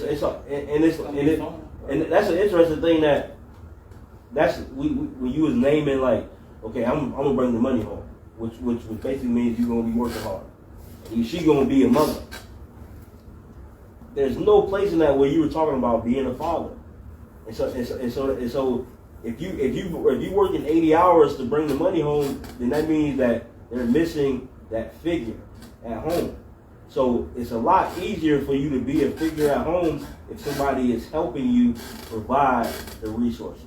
So instead of you working 80 hours and she working, then you can possibly work 50 and she work 30. Yeah, because you can have a dad at the house, but he ain't in the house. Yes. Yeah. So he might as well not be. He might as well not even be there. Right. So that balance. And you know, we asked this question on our last show, and the question was, I think it makes a whole new lane. Yeah. But the question we asked was, were we raised to be fathers? Generally speaking, are men being raised to be fathers? And it was a question that came because we asked a question on a previous show with some ladies, and we asked were women raised to be wives? I apologize. Men raised to be fathers. Are we being raised to be husbands? Are we raised to be fathers? And are women raised to be wives? And are they being raised to be mothers? Because it seems like a lot of folks are trying to figure it out. Yeah, y'all trying to figure it out because we know basically all saying I'm 35, but you 35. We about what? 35. Let's keep going. Let's keep the show going. So we both play all the same age. Right. Me growing up, my mother and father got divorced at a very when I was young. Mm-hmm. So I was raised by my mother. So I was never taught how to be a husband or a father. Right. Like majority of my other homeowners. Right. So a lot of our people, when we growing up, majority of us was raised by single parents. Right. So usually majority of our mothers. Right. So we never really had that father, that 100% full-time father figure showing us how to be a father, or how to be a husband. Like Black always say, we just figure things out as we go along. Right. Then the daughters, if their mothers weren't married, they don't know how to be a wife because they never seen their mama be a wife. Right, and there's so many things that can be missing from it, right? And I'm going to Dr. Alan Berg, who said this. He said, "We're all victims of victims, which makes none of us victims. It makes it just the way it is." So to look at something, and like Jason said earlier, it was a flip, right? So now we know that there, like the last couple of generations, single moms raising children, right? So with that comes, we don't get to see. We can. I'm trying not to speak in definite. So we get to. There's an argument there that says, okay, so the young men and the young women who are raised in single parent households don't know what it's. They have not witnessed their single parent negotiate with another person in terms of managing a household, right? So sons don't get to see their mama with a man. Daughters don't get to see their mama with a man, right? So that piece is missed. So now as a man, you're running into a young lady she hasn't had any experience with a woman, knowing how a woman works and negotiates with a man for the benefit of the two of them, right? But at the same time, because you didn't witness your father or your mother, you're in the same boat. So now we're actually trying to communicate, and we don't even know what language we're talking. Right? So now we back to Black thing. We all just trying to figure it out. So ain't no right, ain't no wrong. It is what it is. We all trying to figure it out. So now laying some groundwork is definitely necessary, but we can't even define what that is. Right? You know it's gonna look like you're building new. Right. I said, as I said, I heard a child say, they were in line somewhere. The child was in line with the mother, and the child said something like, "Mama, why do women like men to do stuff for them?" And the mother said, "Women don't like men to do stuff for them." And I just thought that was interesting. Because the reason the child actually asked the question, the reason the child actually asked the question was because the mama was on the phone complaining about a man who wasn't doing something that she wanted him to do. Right?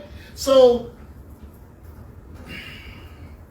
and I'm saying this because, okay, so like we got these ideas about what things are supposed to be.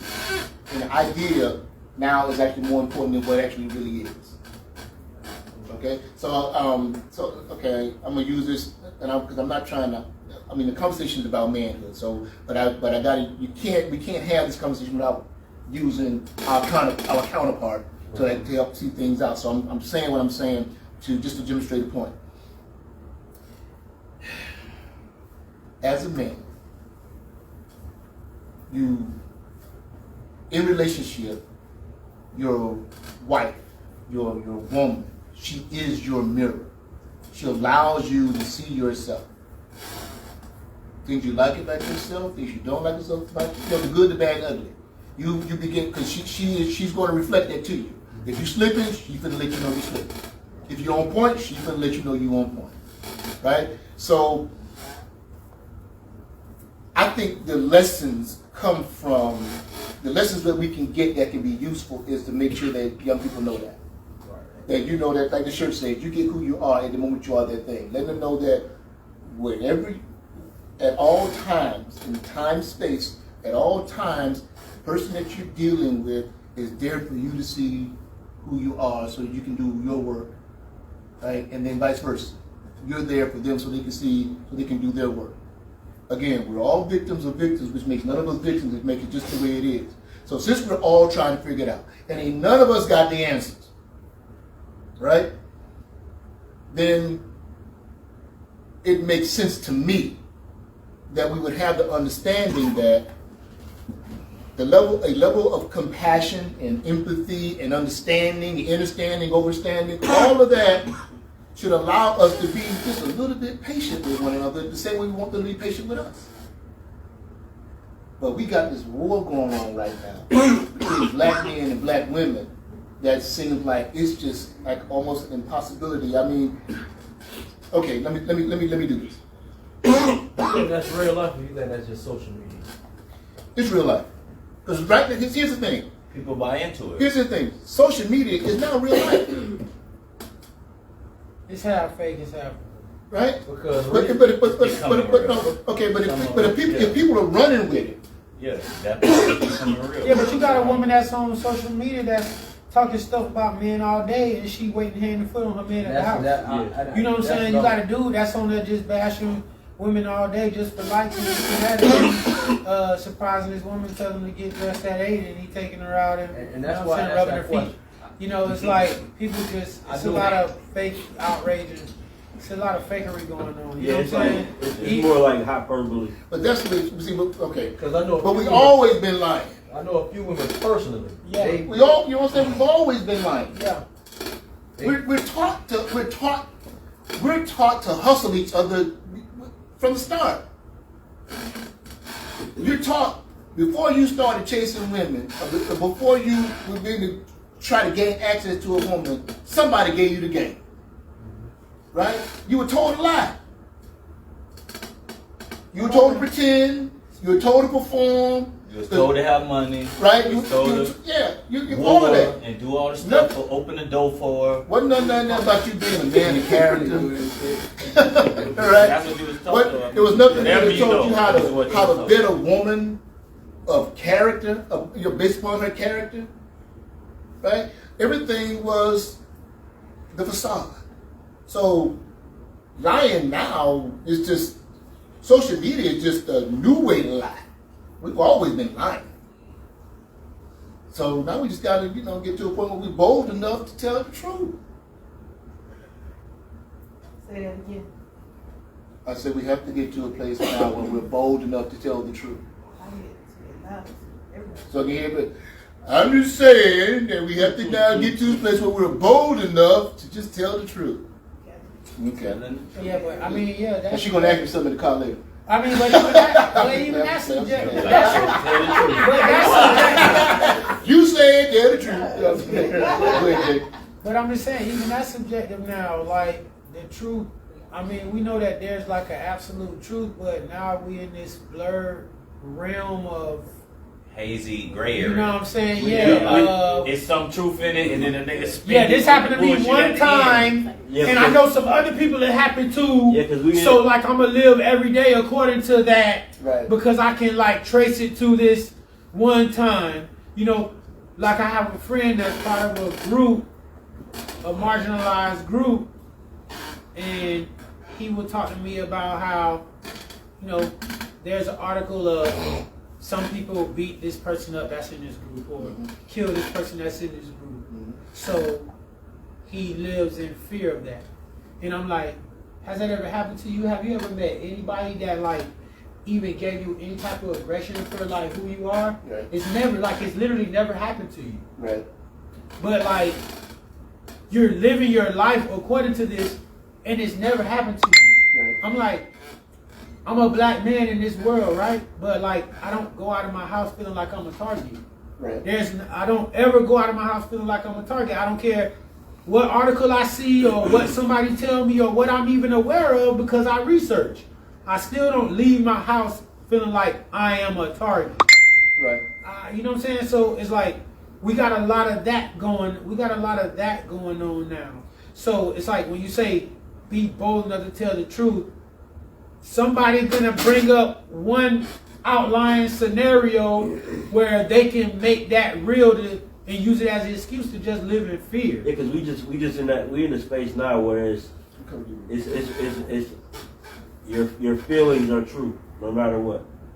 Instead of like the understanding that your feelings oscillate. Your feelings are your feelings. feelings. You call that what? My truth, right? Yeah, so yeah, it's like Feelings over facts. Yeah, because it's not even your truth.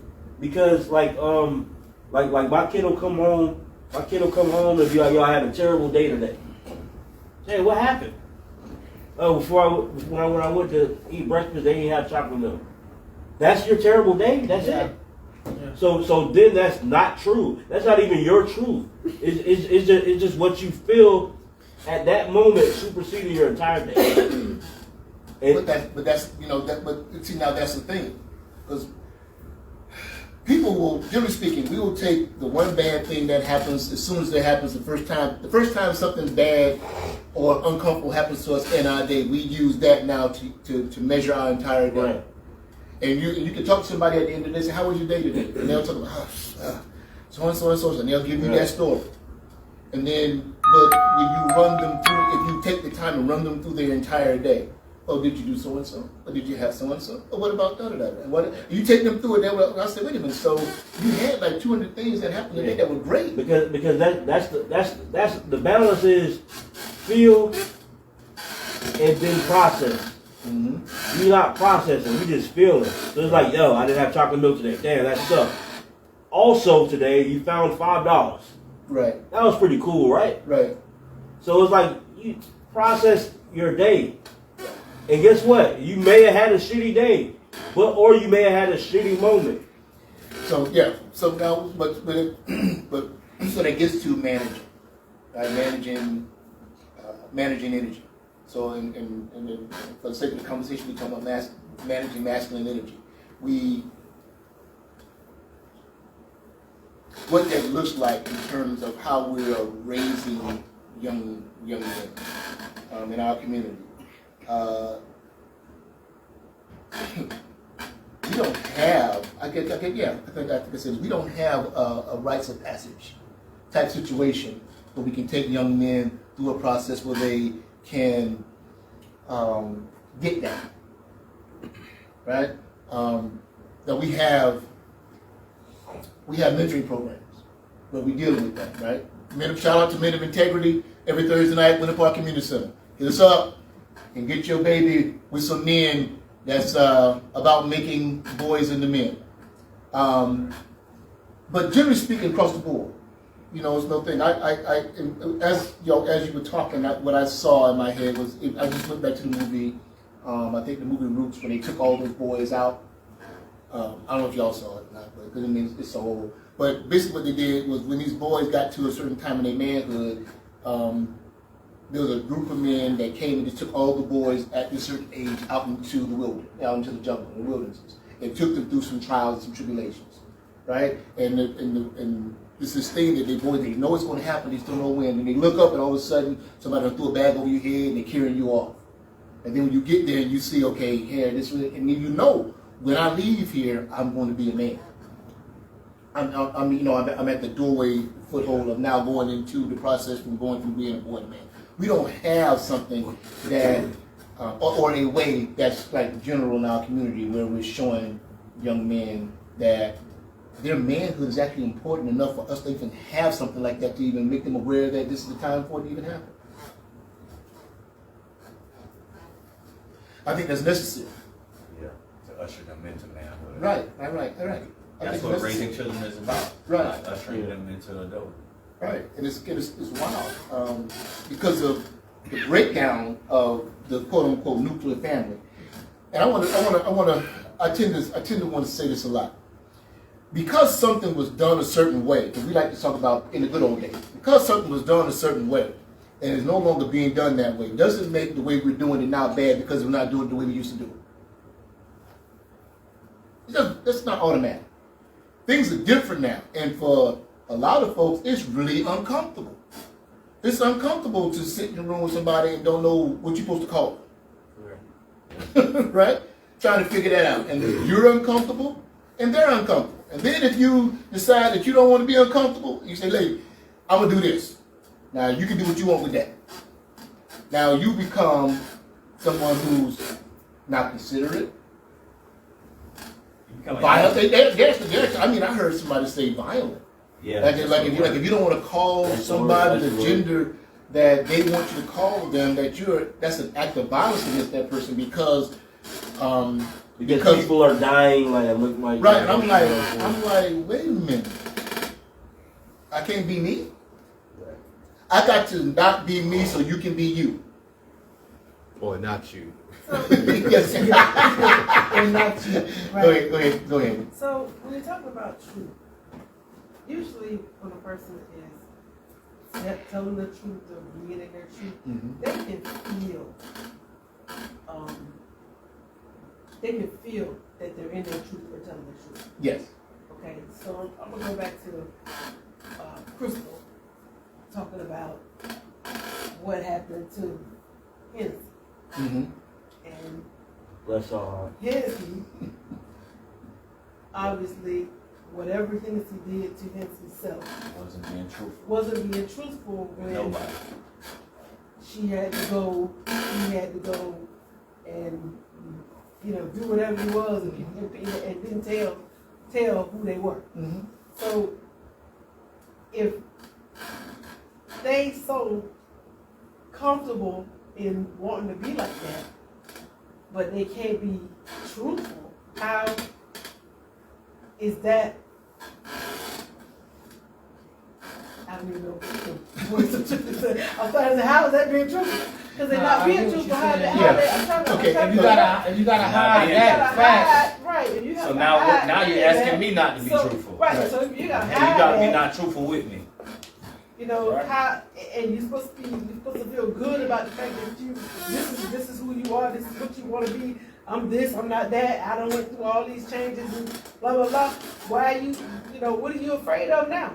If you're supposed to be living in your truth as Hennessy, what are you scared of? Well, see, and people like Hennessy. Well. That was a great for the most part, most people are, like you said, most people are using fear as their personal advisor. I understand that there are times when everyone has some fear. I understand that, but if you are. But see, people are, well, okay. You got an audience. It's like you got a core audience that you're trying to appeal to a certain audience. It's no different from Derrick Jackson. You know what I'm saying? What? Derrick Jackson. Your boy Derrick Jackson, he had a core audience of black women, and so he was doing what he felt like was necessary to appeal to them and generate through them. You know what I'm saying? And it worked, but it turns out that he was actually not like that for real. You know what I'm saying? So you got a lot of people doing that. It's not like that's the same principle as that. You don't want to. There's a whole bunch of group of guys that will date you and be with you just like that, but you want to appeal to this core audience over here. You want the thugs with the goals and with the dreads that's really from the hood, that's you feel is really exuding this type of masculinity of what you feel is masculinity. So you're hiding, like he wanted the feminine women who he feel like are about this and about that. So he was hiding the fact that he was a piece of shit. You know what I'm saying? No, listen, basically. No. So it's like with a lot, like I was talking to a friend of mine recently, and she said she finally feel like she coming into her own, and because she was like, men ain't this, men ain't that, and I said, no, you specifically like date men that don't really resonate with who you truly are. And she said, yeah, I realized that I've really been only showing people like 5% of who I really am. Yeah, and she's been doing that just to get this core audience of what she's been, whatever's in her programming as, that's the masculine type of man I need. So bottom line, she been lying. Yes. Yeah. So bottom I wonder why she keep having lying niggas. Okay. It works. Right. Yeah. That's what it is, man. Like, Yeah. So back again. This country is all about lying. This country is a lie, like literally. Lying. It's capitalism. It's all about lying. We're taught Again, when you're talking about that's the knowing program. truth, you should be able to. Shoulda, woulda, coulda. Shoulda, woulda, coulda. No. Famous no. Kanye should have been able to say what he No. said, right? Huh? Who? Kanye should have been able to say what he said without, all that stuff going on. What's going on? I mean, I don't know what but he said, but he okay. could have, as long as you don't offend the J unit. The J Unit? But now they're going to take your Instagram, they're going to take your Twitter. Chase said, get your money out of our bank. LeBron them took the episode off. Nord took the episode off. These other companies talking about they don't want to no longer do business with him. So, I don't know what he said. But all of them knocking him are the same ones he called out. Think about it, the same ones he called out. right, but I'm He just called- saying, he called- it shoulda, he woulda, called- coulda world. He called the powers out, but at the same time, he got something that works, man. He behind, they working on something, bro. If, he trying to run 2024. Jay don't come back behind him. That's a whole scheme, bro. I'm just saying, we live in a lie right now. That's- it is a- right, what you correct. should be able to do, it sounds good, and I'm for it. I mean, the world would look completely different, and that would be great. I don't know. I feel like we will get there one day. I don't know when. I don't know if I'll be alive to see it. And that's But right now, we just sinking deeper into the They lies. That's the conformance that they want. I mean, Jay, but listen, like you Because said, Rudy was saying like everybody's born to lie. Look at Surf, right? You see Surf got knocked off, right? But he was living a lie on the stage. He wasn't even banging like that no more. But he's saying it in his music to fit in with the image of the people. Then the face that we need to talk about something else. that was his. I mean, that was his battle rap character, which was based off true events of his life. But that's a lie. That's how his current But life. he even said, but he was saying, I'm a businessman now. I'm this, I'm that was that, like I'm that. 5-6 years ago. But the past caught up with He him. living in that lie though. He living in that lie. He wasn't even like that. I mean, he moved. Right? Okay, let's say Goods. He went up there against Easy. He talked about, I started my own business. Man, I made $250,000 smack legally. too. I got shoes. I got my own shoes. I got my own cologne. And the crowd was like, boo. Right. We don't want to hear that. Yeah. Easy like, I went to prison for selling crack. Yeah. And that's like where we are now. They got So it's lie. like, they lying to fit in. that's why we're not in that world of lies. But those people that's in that world of lies, they have to lie to thrive in it. And no, they do. No. They better. But I'm saying they desire to thrive in an artificial world. They have to be artificial. Yeah. That's the only way. You know what I'm saying? But that's You can't be living in a vegan community if you're not vegan. That's choosing. Don't. That's choosing to lie. That's not have to lie. No. It's part of their job title. They're choosing to lie because they want to thrive in an artificial world. So yes, in order to be in that, you have to lie. It's not a have to. It's a choose. No. You hear me? Okay. No. What he's saying is, I'll let you talk to what he's saying is, if you in the water, right, you can choose to swim or you can choose to drown. So, but you gonna, so if you Get wet. so if you're in the water, which means you're in society, you're in the artificial, you're in the matrix. To be successful in the matrix, you got to do what they do in the matrix, right? So you have to do that for that survival. You don't have to do it, but in order for you to be where you want to be in that, you have to do that. I know you get what he's saying. But she was kind of It's the talking rules about of the that whole game. Hennessy thing. Excuse. So it'll be safer for him to tell the truth, to be honest. You know what I'm saying? Because I mean, but- No, it won't. No, you would think it would be safer, but what Hennessy wants the type of guys that are not going to be okay with that. You know, there's a lot of people in the LGBT community, and there's a lot of straight people, they get off on trying to get with people in that community, just like they get off on trying to get people in the straight community. You know what I'm saying? Just like That's a whole thugs, world like best right there. thugs, like women that grew up in a 2-parent household with a college degree, and girls with a college degree that grew up like a Huxtable. They want to go mile with D-Boy riding on. You know, it's a contrast. Right. You know what I'm saying? There's just something about contrast in humans that we get a kick out of that for some and those sometimes same in our people lives. exist in the alphabet. Them same people. But they be wanting to what? Trade? What is it? I don't know. But I'm just saying. Which one is the trade? I'm just saying it's What okay if she. I think what she. He want the straight ones. No, Yeah, but that's Yeah, the how can problem. you straight And so if you think that you a woman or whatever, right? You still a T. So you still need to stay over there in that community. Don't come over here. That is the safest way. Is for you to stay a T and say you a T. Than to be out and But Hennessy ain't attracted to But what the I'm- T. Hey, but you want to Hennessy want the ones that want the dad. You want to know the crazy thing about it though is, and I won't speak for all of them, but people for this person, for example, Hennessy as an example, they don't see themselves as a T because they see themselves as a woman. They feel like they were a woman. Right. But see that? Okay, hold on. Okay, so wait. But that's I didn't say it makes sense, but Right. that's Okay. where they coming from. Right. So here's the thing. I say the lie is in the Y. Right? The lie is in the Y. So in this The Y chromosome. no, in the Y. The lie is in the Y. WH1. When things went according to the story I heard, Hennessy got into it with somebody and ousted that person, and in the process began to oust other people. Right? So if Hennessy saw Hennessy, and this is me speaking from my point of view, right? Because I'm not Hennessy.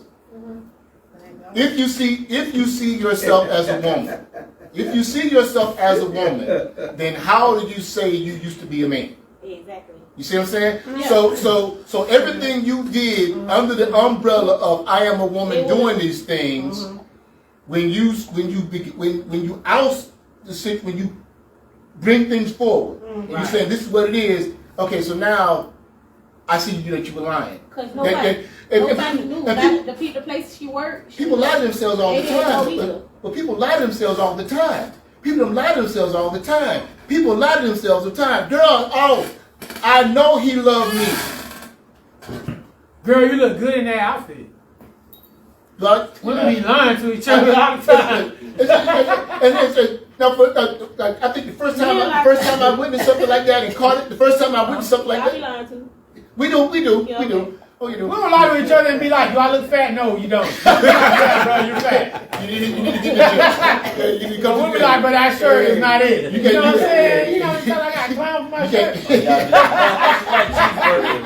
And I'm like, but we be like, I'm okay, I'm gonna just do my thing anyway. A woman will break down if her friends don't approve of certain things. A man would just be like, okay, I'm gonna still wear these ripped up jeans, whatever, bro. I'm gonna get some, whatever. You know, that's y'all that gotta lie to each other more about certain things like that. Oh yeah, girl, he had it coming. He did it. He did that. He had it coming too. You know, we don't do stuff like that. We be like, yeah, bro, you wrong. We be like, yeah, bro, you wrong. No. What? Yeah, we had You something do, about it's different how you do it. You do it. It's different how you do it. It's different how you do it. It's different how you do it. You got a friend that you talk to periodically on the phone, and she be sometimes in fantasy land, and you let her live in her land. Yes? Yeah. No? No? Okay. Actually, no. Okay. All right. I'll break it down in more detail when we end. I hear you. So let me do this. I'm gonna put this last question out, and I don't necessarily want us to answer. If we want to talk about it, we can, but it's because we're near the end, and I want to put it out there because I want everybody to at least think about it and present it to the audience for consideration. It's a long question with a few parts to it. So here we go. Does the black man benefit from the white patriarchy, white male patriarchy? Does the black woman think that he benefits, and in what ways do you, as a black man, resolve this? For thinking that. Do black women see us as being aligned with patriarchy as it defines her, and the role it has designed for her to play? Well, that's tough. Treat her. It's what we need to argue. That's tough because a woman has to answer Yeah, we that need part. to- Hold on, I ain't finished. Or is it that she's not blaming the black man for the white patriarchy and what it has done or is doing to her and her offspring? Could it be that she's blaming him for not being able to stop, for not being man enough to stop it from happening? I ain't done yet. Let me try to get it out. We'll bring it back in. I know. You should save this. We gotta answer that in 6. How can we protect her? If she's living in accordance with the rules of the game and she has adopted the patriarchy's institutions such as education and religion, just to name a couple of things, how can we protect her when she is so heavily invested into a system and regularly pushes back against the black man, just in conversation, as it relates to working with us in a collaborative effort to create and build a modern, a brand new world just for me and her? That's loaded.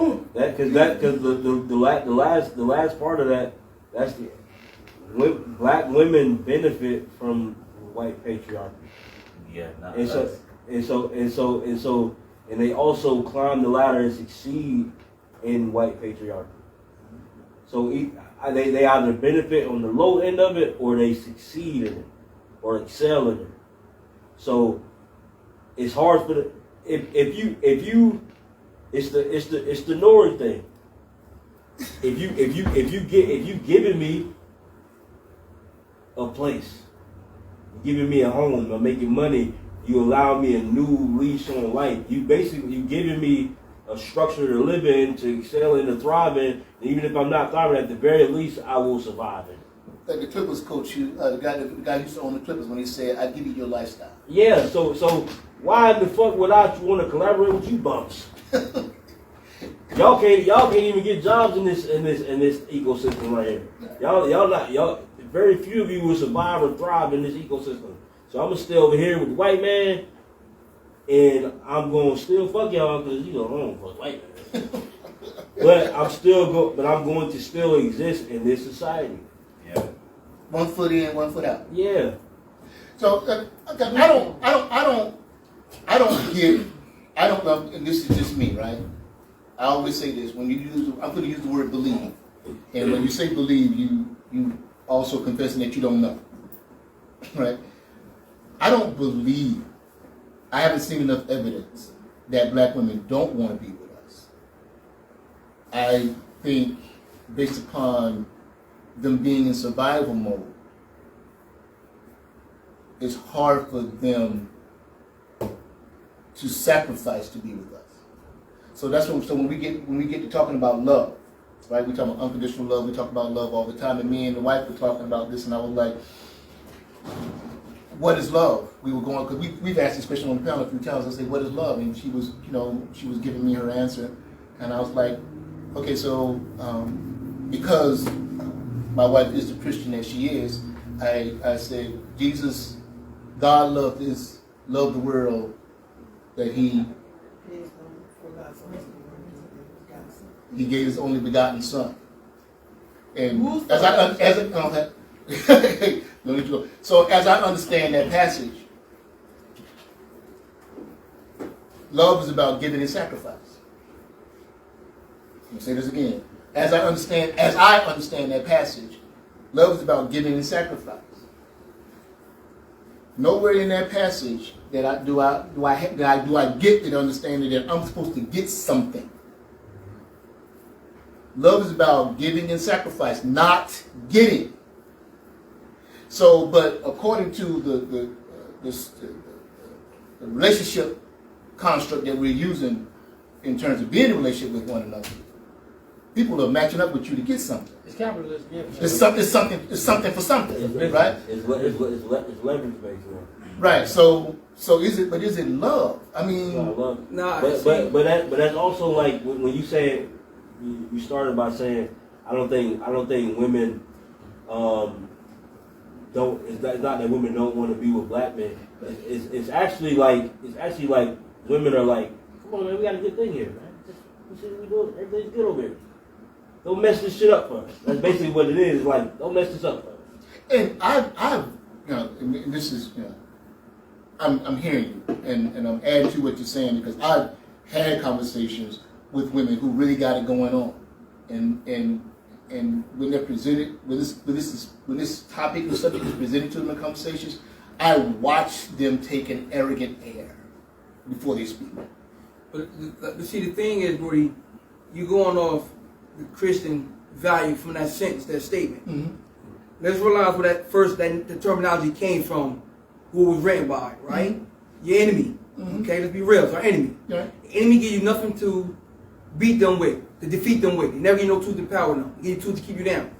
Love is only the first state. That's all it is. Love is the first state. A person can love you, but are you at peace with one another? Right. The second stage is peace. The third stage, the final stage is happiness. There's a lot of men who say, oh, I love her, but why you putting your hands on her? Man, I truly do love her. Why you putting hands on her? Are y'all at peace? Nah, we're not at peace. We at war. Right. So y'all can't be happy. Anybody can love you. They love him, maybe love you for what you doing for them. Not just because it's genuine love, care, concern. Nah, it's like, what you doing for me? I love that part of you. I don't want to let you go. But you don't love her as an individual. She don't even love herself because she's not going to go down. So the love is not, so what I think I hear you saying, the love is not for the person, love is for I don't want love. Don't give me love. Give me peace. Give me happiness. Anybody can love you. Anybody can love you, still do you wrong. Okay. You know what I mean? So, I love a lot of girls, right? That was a whore. We wanted that peace. We weren't happy. They thought we was happy. Nah, I was in war in the streets. Right.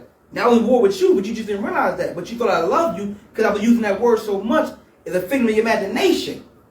So what it means to a woman. Love to a woman is different from coming from a man.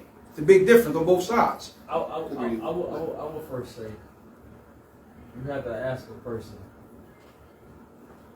what is love to them? Mm-hmm. Because a lot of people view love as an emotion, mm-hmm. which in aspects it is. I view more love as an action.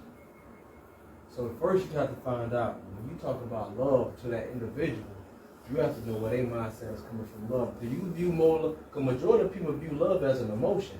So you have to find out what's their viewpoint on love so you can get a better understanding of where that woman is coming from. I agree with you wholeheartedly. But I will say this, most people, when you ask them what love is, they struggle to even put it in words. Right, because, but another one that wasn't even shown, a lot of us wasn't even shown what real love is. Right, but what that says is, I'm out here trying to get something that I don't even know what it is I'm trying to get. That statement you said earlier. You know what I'm saying? What's the statement you said earlier? Searching for something I don't know what it look like. We wrong. Walking past. Wrong. Your statement. Which one? You get who you are? No.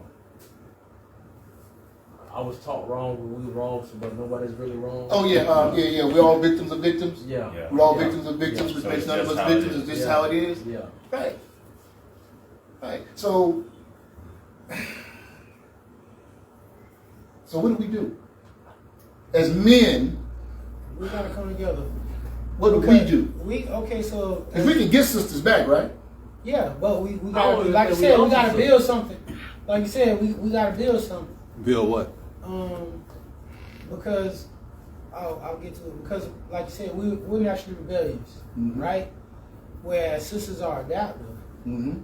You know what I'm saying? If this is where it's going, this is where I'm going to go. Right. Now, we know with the war on drugs and the war on this and the war on that, when they went to snatching us out the homes and doing this and all that, the sisters had to adapt. Right. And they had to figure out a way to survive and thrive in the system, which they did. Yeah, and we've done it well. They've done it well. So, until we, like when you talk about in the potter, but it's like we talk about all the time, me and you, when we talk. Mm-hmm. Like brothers, we in that space of mental healing and financial literacy on a grander scheme, not just a small percentage of men, men. You know what I'm saying?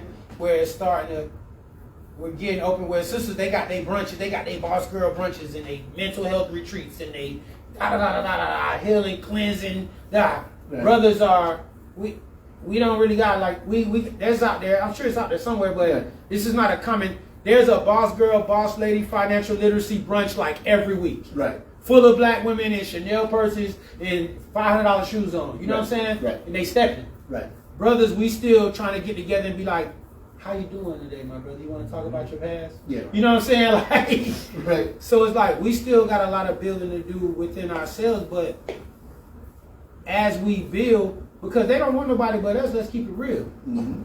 But it has to make sense to them because there is a tilt of that masculine and feminine energy where, okay, how does this make sense for me?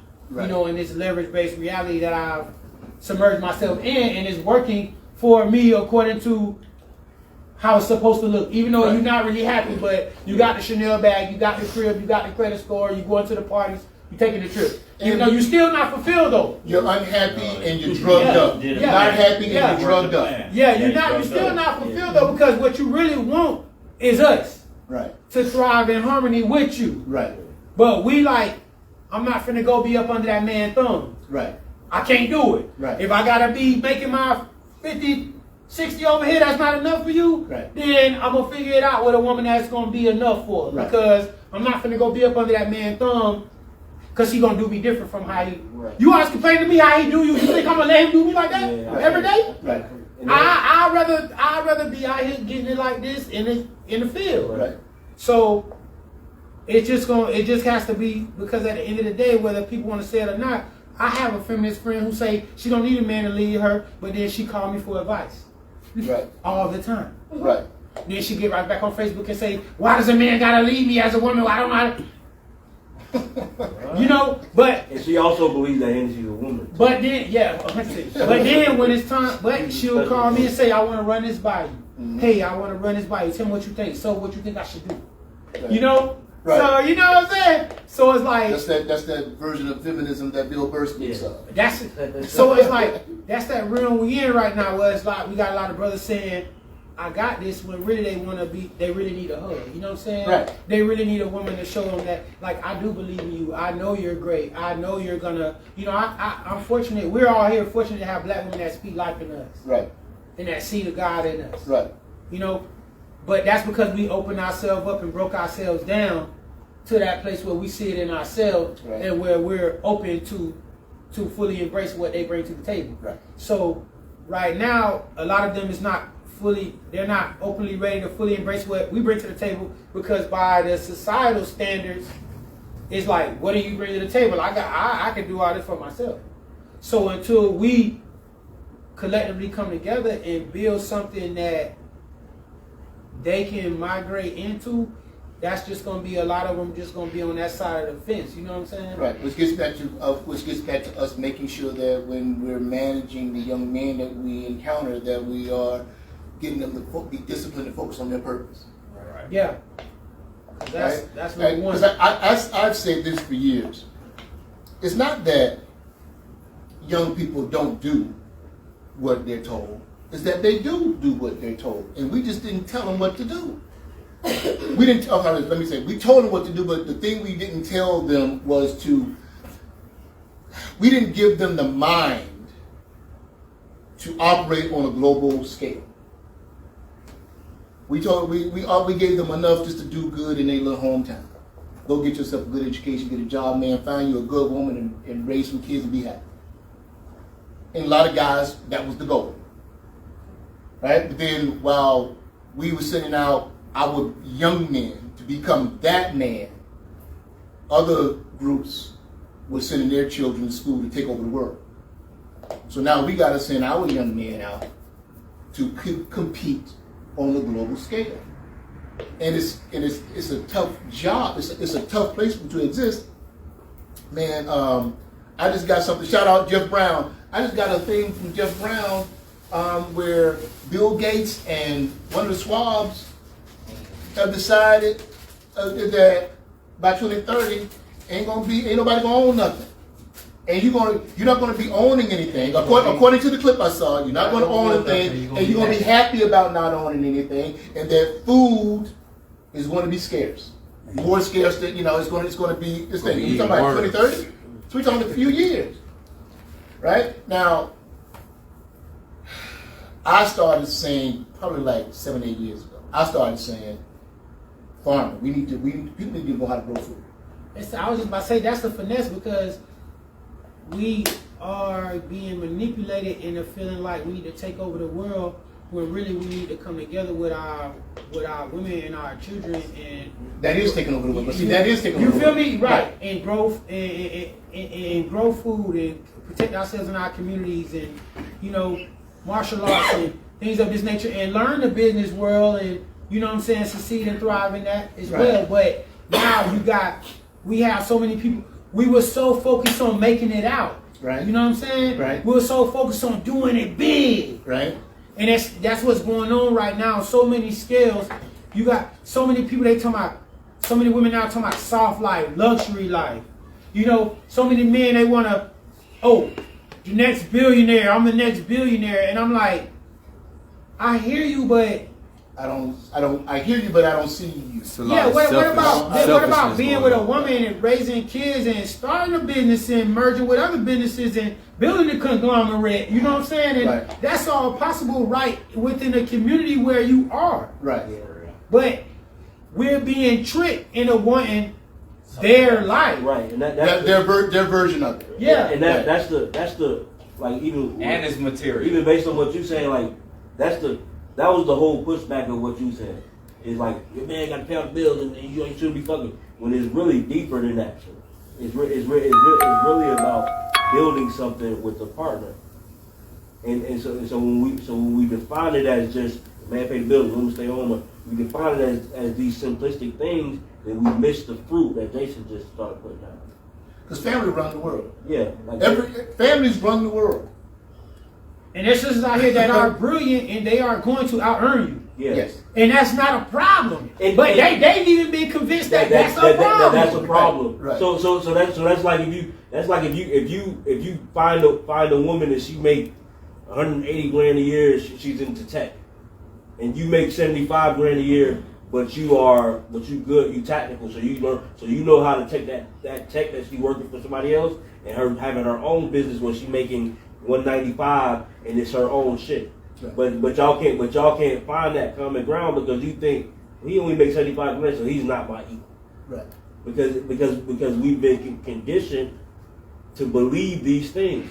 So when you have like, it's literally women who are thriving in this society is saying like, what's in it for me if I allow you in my space, except the same stop and saying, let's be partners and figure out how we can build something outside. I'm gonna let you do that. I just want to say this way. If you with that person, they are for you. Right. Right. Period. And people are like, I deserve better than this. No, you don't. You deserve exactly who's sitting next to you, who you sleeping with every night. That's who you deserve. That's why they're there. And they're there for you to get a lesson. And the blessing is in the lesson. So they're there for you. And maybe they're not supposed to be there tomorrow, but right now, that's what you deserve. So stop lying to yourself. Him or her is there for you to find out who you are. All right, I'll probably go, Jay.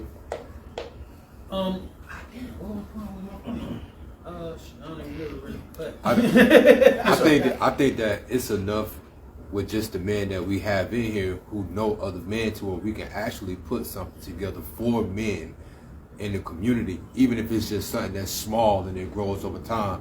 Because I'm an entrepreneur pretty much all of us in here are entrepreneurs, and we bring something new to the table to those who don't know anything about entrepreneurship. Right. We're all in here fathers, so we could bring something in here that deal with fatherhood. You know what I'm saying? We're husbands, so I think if we can put something together with the people that we know, you know 20 people, you know 20 people, hey man, listen, it's free.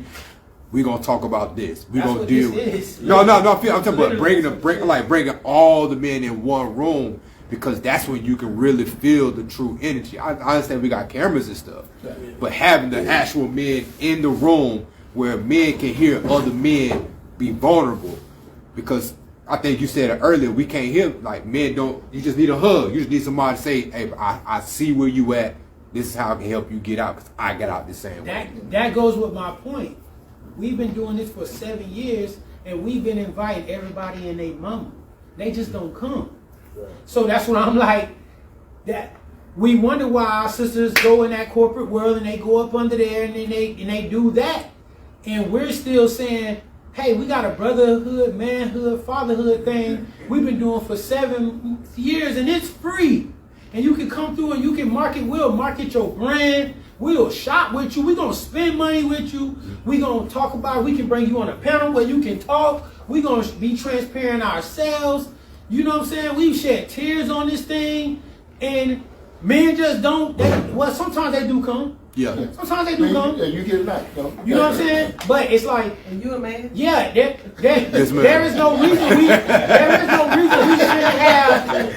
There is no reason. I mean, if that's what you think. No, I'm straight there. I'm saying. But there's no reason why it shouldn't be standing room only. You know what I'm saying? Yeah. There's no reason why this shouldn't be standing room only. We've been doing it.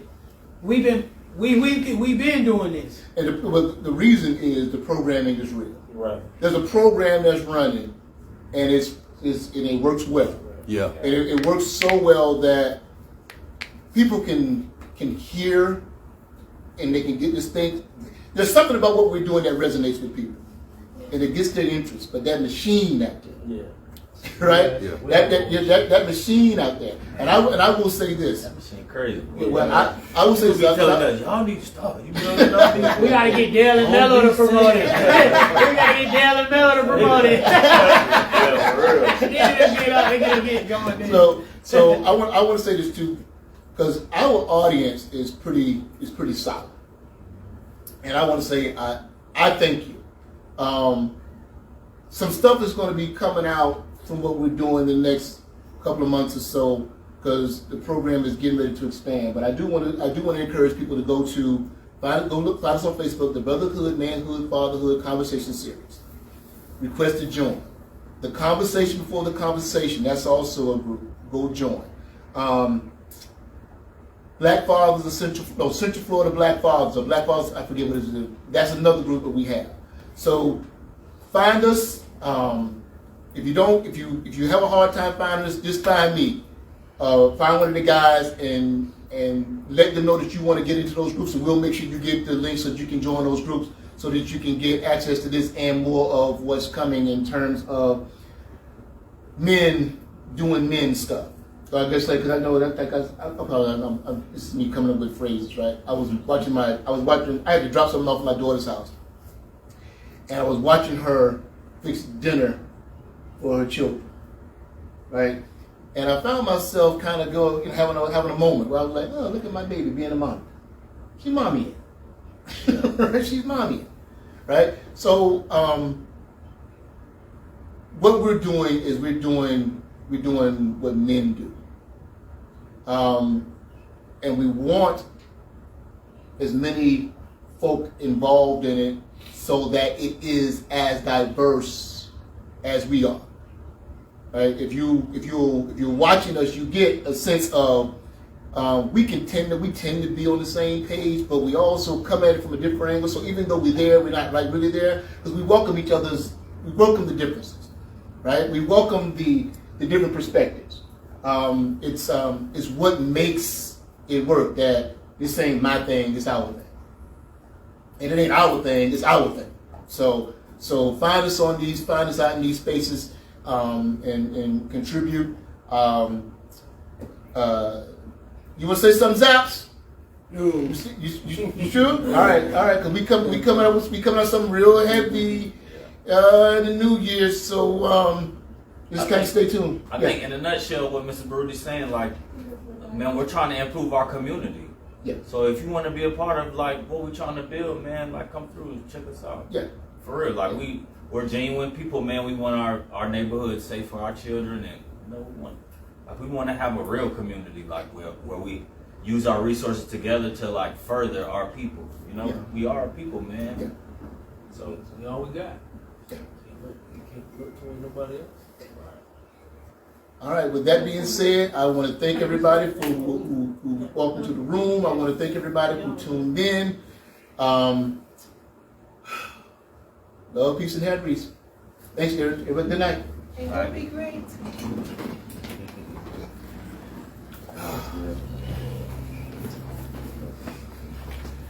Appreciate you coming through, man. Yeah, I'm gonna fuck through it. Oh, okay, good. Good. Do a line. I'll be here. Okay. And then Tony? Yeah, Jeremy had I posted this. I was like, I'll pull up. I like this kind of stuff, man. Hello.